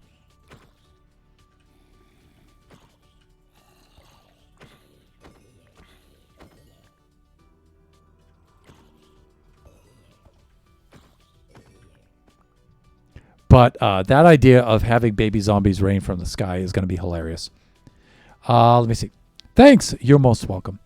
I took the PSATs. Oh, yeah. It's that time of the year, isn't it? And I failed the math portion of it. What?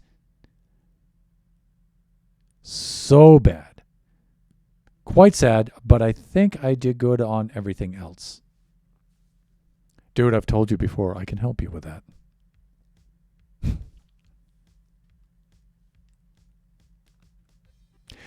The good thing about that, though, is PSATs. Colleges usually don't look at PSAT. They look at SAT. So I think you should be okay. You should be okay. So you still have a chance to do SAT, ACT, and standardized testing in general. The College Board claims that they have done away with that. And so they claim that that is no longer part of the acceptance process for university. So, but, you know, I think if the competition is particularly high, I think that's still going to be a consideration. The good thing is the PSAT isn't the end of the road, though. So let us do this. All right. So you know what? There's no sense in putting dispensers there. I'm going to put a command block there, but I'm not going to actually hook it up and run it.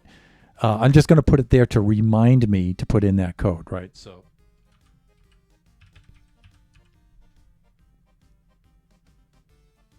Oh, do I have to give myself one of those? I think I do, right? Um,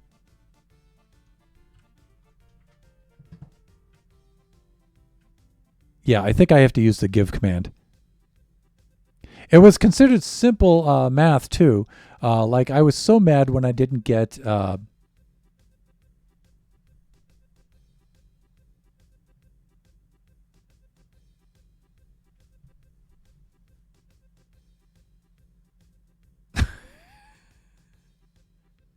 Pleasant. What are you doing there?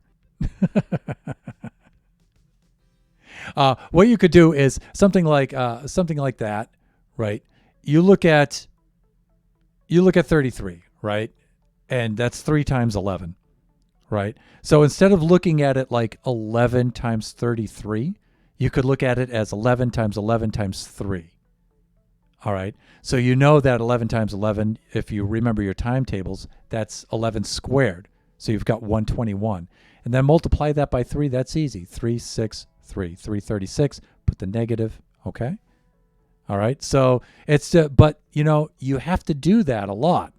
If you don't practice that, you can't expect to do well if you don't practice. It doesn't mean that, you're not smart or something like that. It just means you're not prepared. If you're going to play in a musical performance, you need to practice, right? If you don't practice, you can't expect to perform well. So that's not smart or not smart. It's just preparation. If you practice enough, you'll do well, right? And not just practice enough, like putting in the time to practice. You have to practice properly as well, because you could practice in the wrong way and it's not beneficial, right? So try not to get too depressed over test scores, right? Because it's mostly just a matter of preparation. If you prepare enough, you do well. If you didn't do well, it usually just means that you didn't prepare, right? You didn't prepare enough, or you didn't prepare correctly. I thought you're supposed to do -1 squared times 3 squared. No, because -1 squared is going to give you what? If there's parentheses around the -1, then it's going to give you a +1. But if it's -1 squared with no parentheses, order of operations, that's going to give you -1. And then 3 squared would give you 9, right? And then -1 times 9 will give you -9. Okay? That's an order of operations thing. So I thought you were supposed to do -1 squared times 3 squared because you multiply both the -1 and both the 3. Well, it depends on what, if I'm reading that correctly, I look at -11 times 33. That's what I'm reading.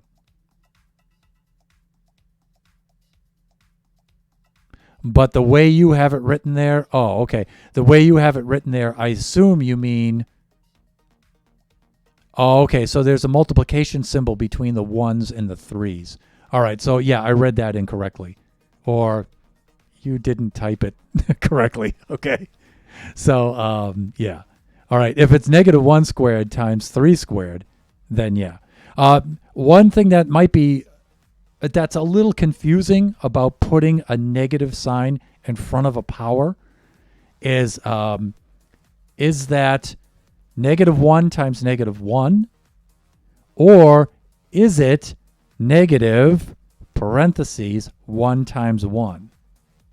All right. Sometimes students get confused with that, but the way to think about that so you don't get confused is order of operations. So remember, please excuse my dear Aunt Sally. Remember that? So you do what's in the parentheses first, right? But there's no parentheses first. So if there's no parentheses, you do exponents next, which means you square the 1 first and then you apply the negative, right?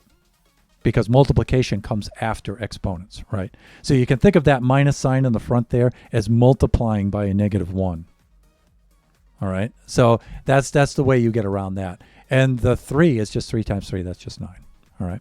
So I just didn't understand what you were typing there. To me, it looks like -11 times 33. So, But that's at beginning math level, and actually quite a few teachers make that mistake. So as a former math department chair, evaluating teachers, that's one of the things that we ask them to do, right? And some of them still mess that up. So teachers do, yeah. Teachers with teaching credentials mess that up. And it's like, really? So, but the way to remember that is order of operations. So if you're thinking it should be negative, what you have to do is the negatives on the outside, the parentheses are on the inside. So yeah, don't get that confused with parentheses, the -1 in there, and then squaring that. Because then order of operations, you do what's inside the parentheses first. That's a -1, and then you square that. So it's -1 times -1. That gives you +1. So it's confusing when we're just saying it instead of writing it. But order of operations is the trick to that.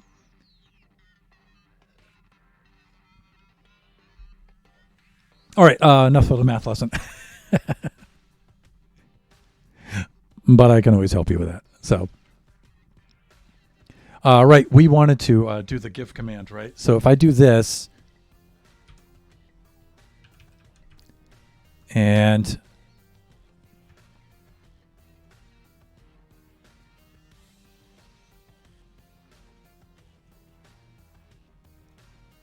okay, I have to select my player name next, give me, and then something, right? I think it's Minecraft command block, right?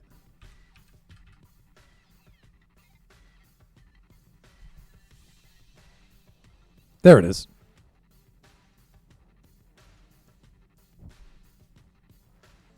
And okay, there's my command block. Now I think if I do this, okay, I'm good. All right, so above these locations, I'm going to have to put in a command block. Shut's right. There's no way around it.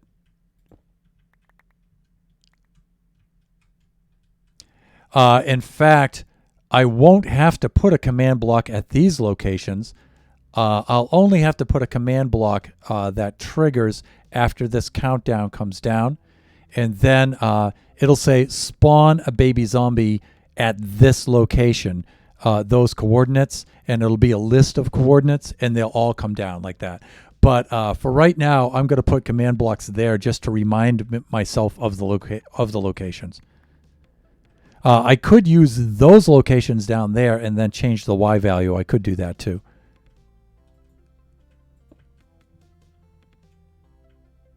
But this is just to remind myself later of the locations that I need.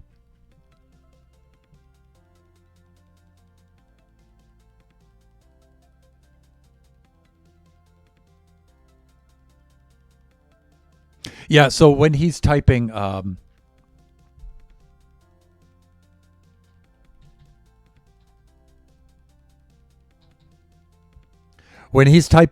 this,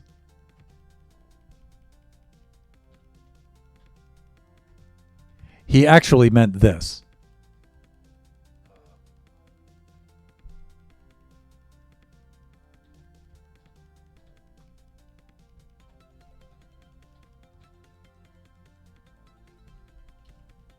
He actually meant that.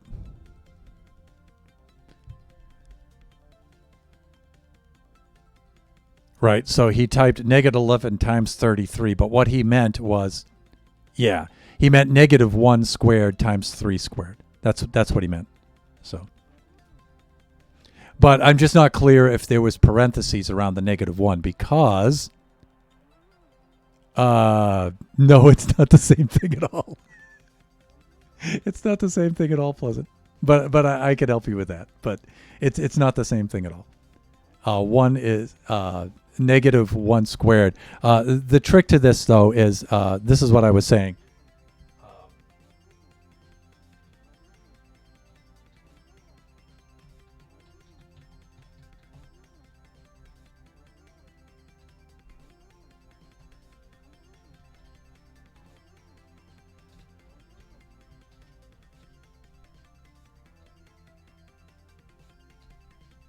Okay, that's what I'm saying.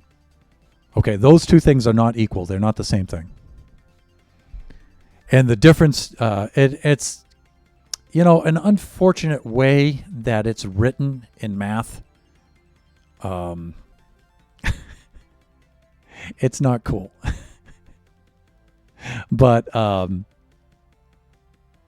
the first one, if you were going to use parentheses on the first one, it would kind of look like this.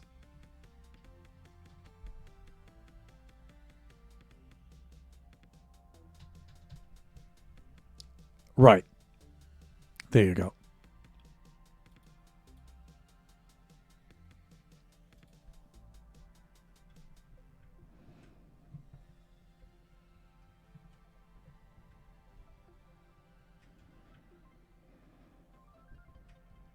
But the trick to that is remembering the difference between those two is order of operations. The PEMDAS there, the please excuse my dear Aunt Sally. Yeah. Or please excuse my dumb students. It's some of the professors when you get into college. That's the one that they use. Let me see. Okay, yeah. So I wanted to go around to each one of these locations. And again, I'm going to put in the command blocks here, but these are really just reminders of what we want to do there. So any of these internal dead ends here,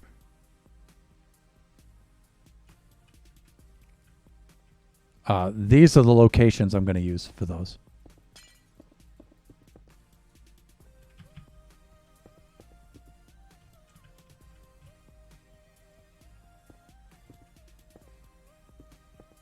So I like this. So far, we've resolved the anvil situation, which was holding me up.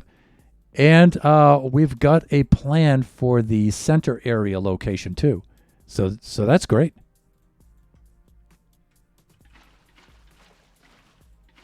This is the first time I had to use a resort to command blocks, though.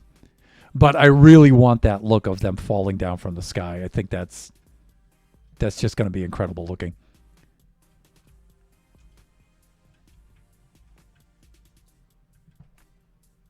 184, 160.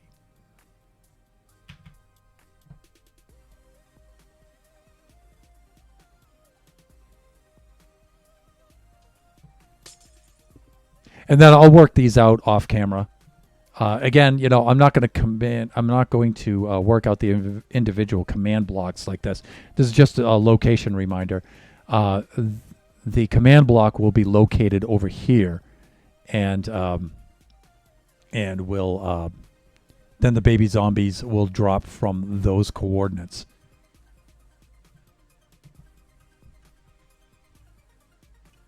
All right, let me take a look at this. All right, I'm good there. That's a Ravager dispenser. If you can believe it.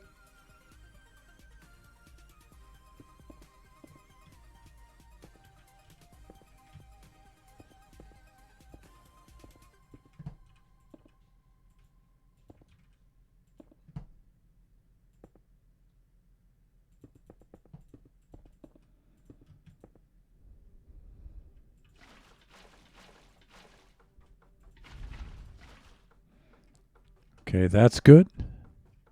And where are we going to put this one? 172, 148. That's up here, right?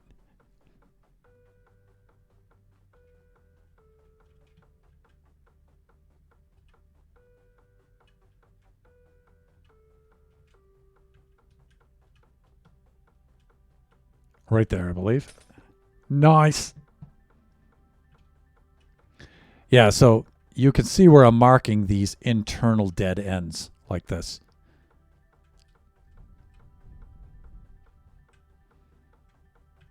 I was thinking of having baby husks fall from the sky at that stage, because the husks don't die in the sunlight. But we're still going to have this canopy overhead, number one. And number two, The name of the challenge is Baby Zombie Rush, not Baby Husk Rush. I wouldn't mind featuring some baby husks in there somewhere, but I don't think they're quite as cute as the baby zombies, but there we go. Yeah, that needs to be like that. That needs to be like that. There we go. So we have another location there. 184, 148.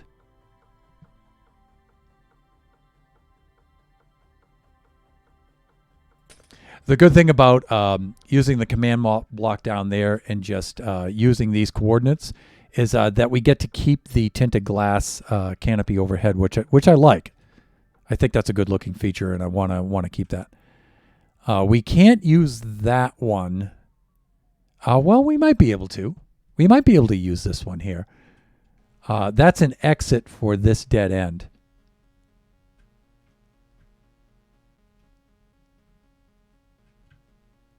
For the anvil trap. I don't know. That might be. That might be something to consider. That's an entrance, so we don't bother with that.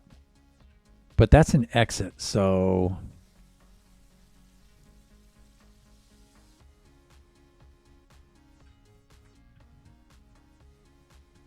yeah, I'm not going to waste a lot of time on that. This one needs to be done.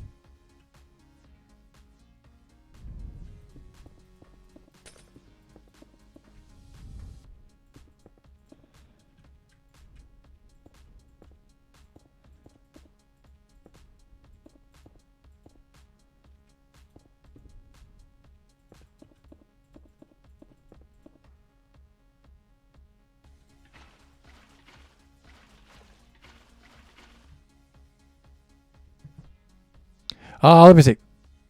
Oh, wait, that was algebra. Never mind. We have had... Let me get caught up here. Why don't we teach stuff like Minecraft instead of math? Or bowling? I'm going to start a petition to replace math with Minecraft or video games in general. We need math, though.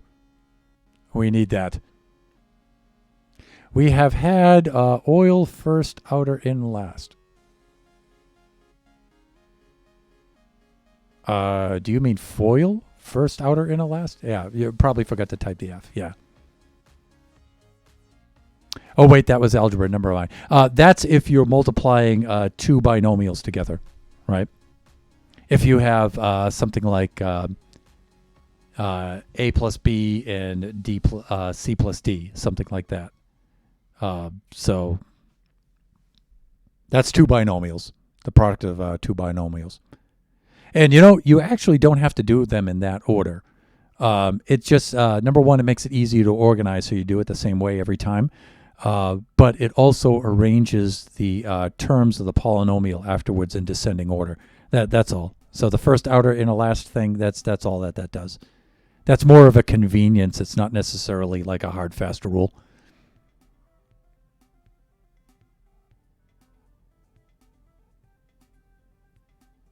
We should make high school like a society study school. You don't learn how to act in society and how to do your job correctly. I want to learn how to get coupons and how to find the length of a triangle. By length of a triangle, probably mean the perimeter of a triangle. Yeah. What math is important? I use it every day. Yes. And, you guys see me use math a lot in Minecraft. For example, I was working this out the other day. Now that we mention it, let me put this up. Can I pull this up here? I think I can. Because we're at the end of the stream anyway, so it's like 2 minutes before 2 here. Let me see.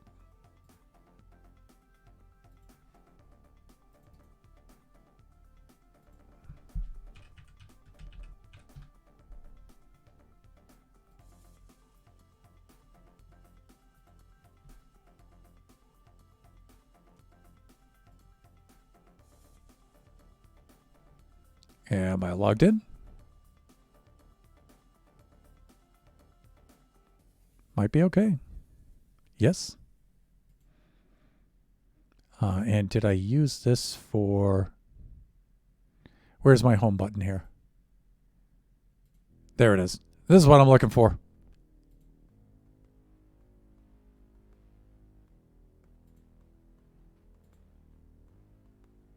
Okay, so this is what I needed to work on. I've been actually cranking away on this. So this is polar coordinates. This is, you probably learn this. You don't learn this in high school geometry. That's a little too early. You do learn polar coordinates usually. If you have like a geometry honors class, you might learn polar coordinates in there. But usually you wind up learning this in a pre-calculus class, right? So after Algebra 2, sometimes you might learn it in an Algebra 2 honors class, you know, if you get a little bit of trig in there. But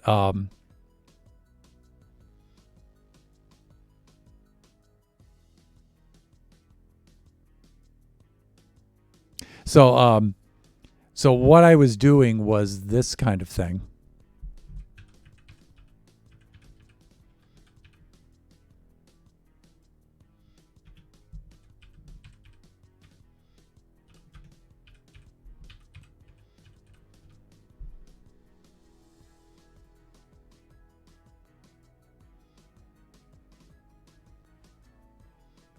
So if you look right over here, this is called the Aberlemno stone. This is in Scotland. These are my ancestors. Did this about 1,000 years ago, a little bit more. And so this kind of symbol with these kind of spirals takes quite a bit of math, quite a bit of geometry to arrange those in that kind of way, to make that kind of pattern. Now they have a more graphical way of doing that, but the math behind doing that is getting one of these. It's called an Archimedean spiral, and you've seen me use these in my builds before. Well, it's also part of my branding, so I'm making a new YouTube channel for my videos, not for the stream archives, but for the produced videos, the production videos. And I need to update my branding on that. And part of my branding is that kind of symbol. That's why I use this a lot in my builds. And in order to do that, you need that polar equation. And this polar equation, the parameters of this that control the spiral are not very obvious. Like, so this is radius equals a times b times theta. Theta is the angle, right? A, look what happens when I adjust A. So A changes the location of the starting point of the spiral, right, along the horizontal axis, right? Now, if you look up polar equation for Archimedean spiral, they will tell you that the B multiplier in front of theta adjusts the distance between the turns. But that's not true, actually, because here's my B coordinate. If I change B, right, it doesn't do that directly. What does is a component of B. B has to be expressed in the distance between these two, divided by 2 pi, because that's one entire turn. So it's actually that D component right there that changes the distance between the spirals right there, right? And then this, and if you look at the range of theta, the angle here as the radius sweeps out, right? That increases the number of turns. So if you see I come out here like this, as n increases, the number of revolutions, right? And so, believe it or not, if you're going to do this in a more mathematical way, you need that kind of equation, and you need to know, more importantly, what it does and how it functions, so you can make those kinds of changes to make it fit into that kind of shape. Now, I don't have the rest of this ready yet, but what this is it's 3 of these spirals. So one starts here and goes to there. Another spiral will start here and go to here, and another spiral will start from there and go down to here. So they're 120 degrees apart, or 3 pi over 2, that kind of deal, right? So even if it's not something like building a shed or designing an airplane or something like that, there's a lot of graphic design uses and stuff for it too. So, but here we are at the end of the stream. All right, so let's get caught up here. Let me see. But does everyone need to know how to build a shed? No, but like I said, it's not about building a shed. Right? I mean, if you want to, you have the math that you can do it, or nowadays you have the internet, you can just look it up. But every person in the United States needs to take geometry to learn stuff like how to build a shed. Most high school math should be off. But the geometry isn't for building sheds. It's for all kinds of things. Sheds is just one application. That I just showed you is another application. But they all use the same kind of math, right? Learning stuff how to build a shed. Most high school math should be optional, not required. Maybe. For people who want to learn how to build a shed. Again, that's a specific application. It's not wrong, but it's just a specific one. But it's applicable to a lot of things. That's why, a general knowledge of math becomes important, so you can just apply it to all kinds of things, not just sheds. Sheds is just one thing. Having optional math could help the economy. A person can work on building stuff like sheds and use geometry so everyone doesn't have to. That's actually a kind of decent point. The money gets flowing in the economy, sort of.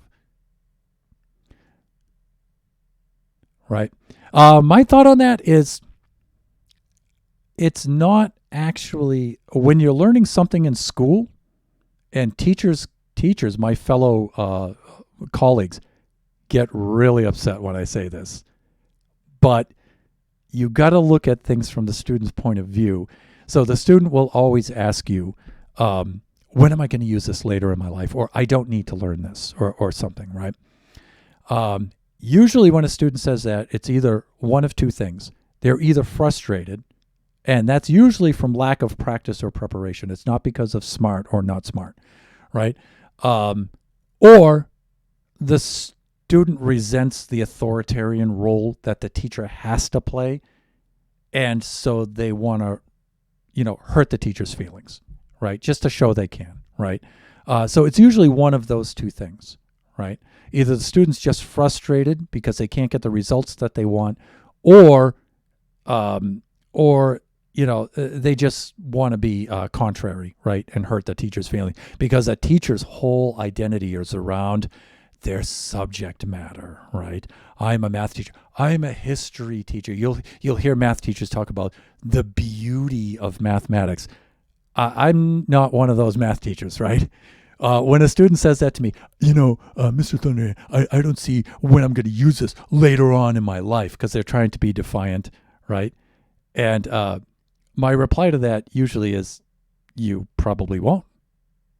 And you see the shock come over their face, because, well, then why am I learning this? It's because the subject matter, the content, the course content, isn't actually what's important. It's learning stuff is important. So when you're in geometry class, you're not really there to learn geometry per se. It's not the geometry that's important. It's the learning that's important. But in order to learn things, we need to give you something to learn, right? To practice learning. Can you learn from an old guy, an expert? Like, can you learn welding from Shut Mountain? He's a master welder, and you need to learn welding. Can you interact with him as a resource, of knowledge and experience so you can learn? Can you learn math from me? So that's one way of learning, right? Can you learn? So say you don't have an expert, right? Can you learn it from your friend? Can you work together in a group, right? That's another way. This is what they call what differentiating instruction is, right? Learning through different means, right? Can you learn from a book if your friends aren't around? If there isn't a book, can you learn from the internet, from a video? It's about how to learn. But in order to teach you how to learn, we have to give you something to learn. So we have to think, all right, well, what's just some general stuff that is probably a good idea to learn? Could be anything, right? So he said, well, maybe some math is good, right? Because you can use math for a lot of things, not just building sheds, right? So can you learn some math, right? Math might be a good thing to learn, but it's not critically important to learn the math. The critical thing is to learn how to learn and learn from other people, learn from books, learn from the internet, learn from your friends in a group. Can you learn, right? That's what the whole idea behind that is, right? So do you have to learn history? No, you don't. You don't have to learn history, right? But again, if you're going to learn how to learn, we got to give you something to learn. So history might be a good thing, right? Might be, right? So we come up with some general things that we think is a good thing to good things to learn. Some things you do have to learn though. Language, yeah, that's a must. You know, that's not an optional thing that might be a good idea to use. So let's throw that in the mix. No, that's critical. Waza or wazaza. Hey, hi, how you doing? Sorry that you're stopping in now, but we're ending the stream. So, if anything, classrooms should be democratic. Teachers, students, stuff like voting has major effects in life. No authority. I agree with no authoritarian teacher. I don't like that. As a teacher myself and an assistant principal who was in charge of discipline, so I was the guy who had to give out detentions when you acted out in class and everything. I think it puts an unnecessary burden on the teacher, and teachers don't like being authoritarians. Some of them do, but those are usually not very good teachers, right? When a teacher has to play an authoritarian role, it overburdens the teaching and learning process, I think, right? But I think all of that stuff is coming to an end now anyway. I think COVID and learning online, I think that model of students going to a classroom and sitting quietly in class in front of an authoritarian figure, and I think that stuff is starting to come to an end. I really do. If we need to teach people how to learn, then shouldn't it be the most important things in life?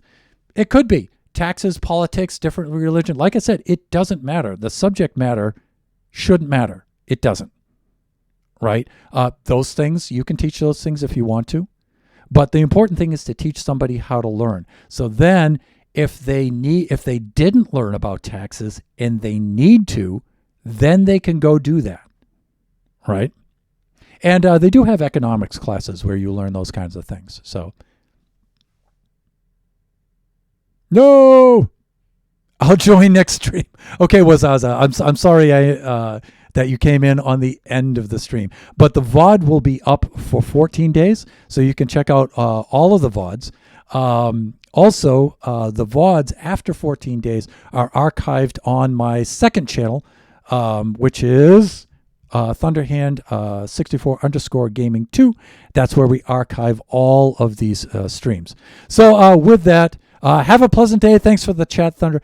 Anytime, dude. Anytime. Whenever you want to talk to math, whenever you're frustrated with your tests or anything, talk to me. Hopefully I can make you feel better.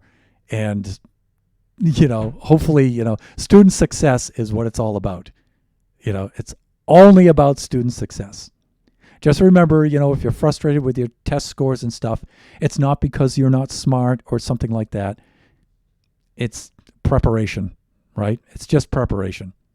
Okay. So, all right. With that, I'm going to end the stream here. I'm over my time anyway, but for a good cause.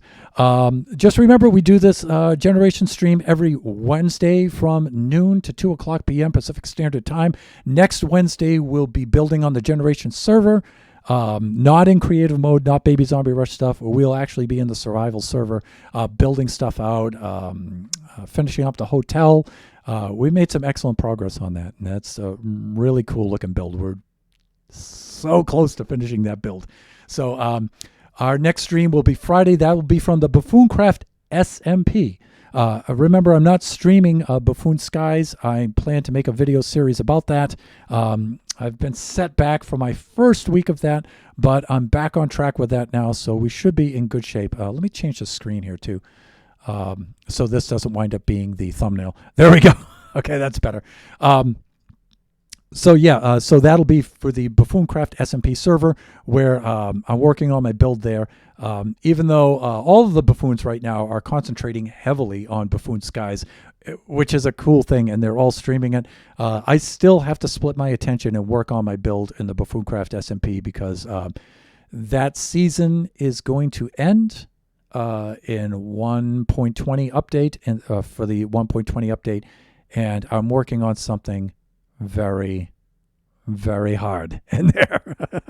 So I really don't have time to take a break from the SMP to do Buffoon Skies. I really have to maintain both of them at the same time, and it's challenging.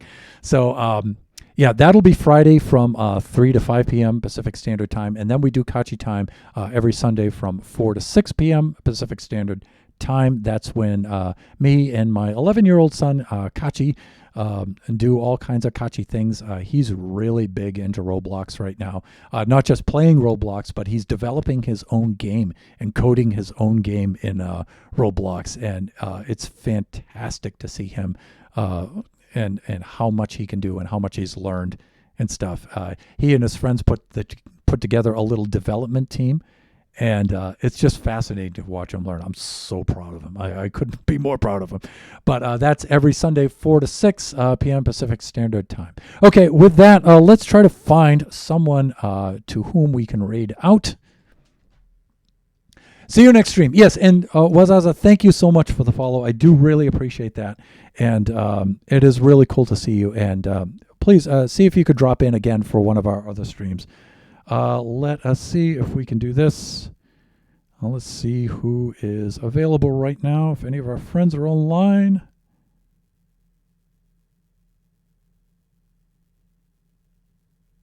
Well, of course, Flying Villager is online. So let's stop by and let's see our good friend, the spicy one himself, Flying Villager, who happens to be right now streaming Buffoon Skies, our limited series, Skyblock series. So let's drop in on him. Let's say hi.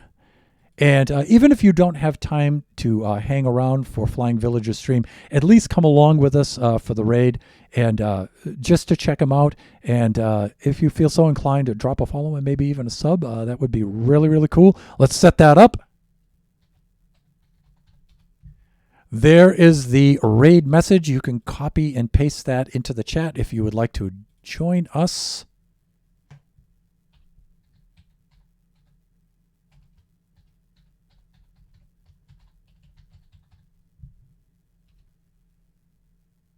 And we are counting down for the raid.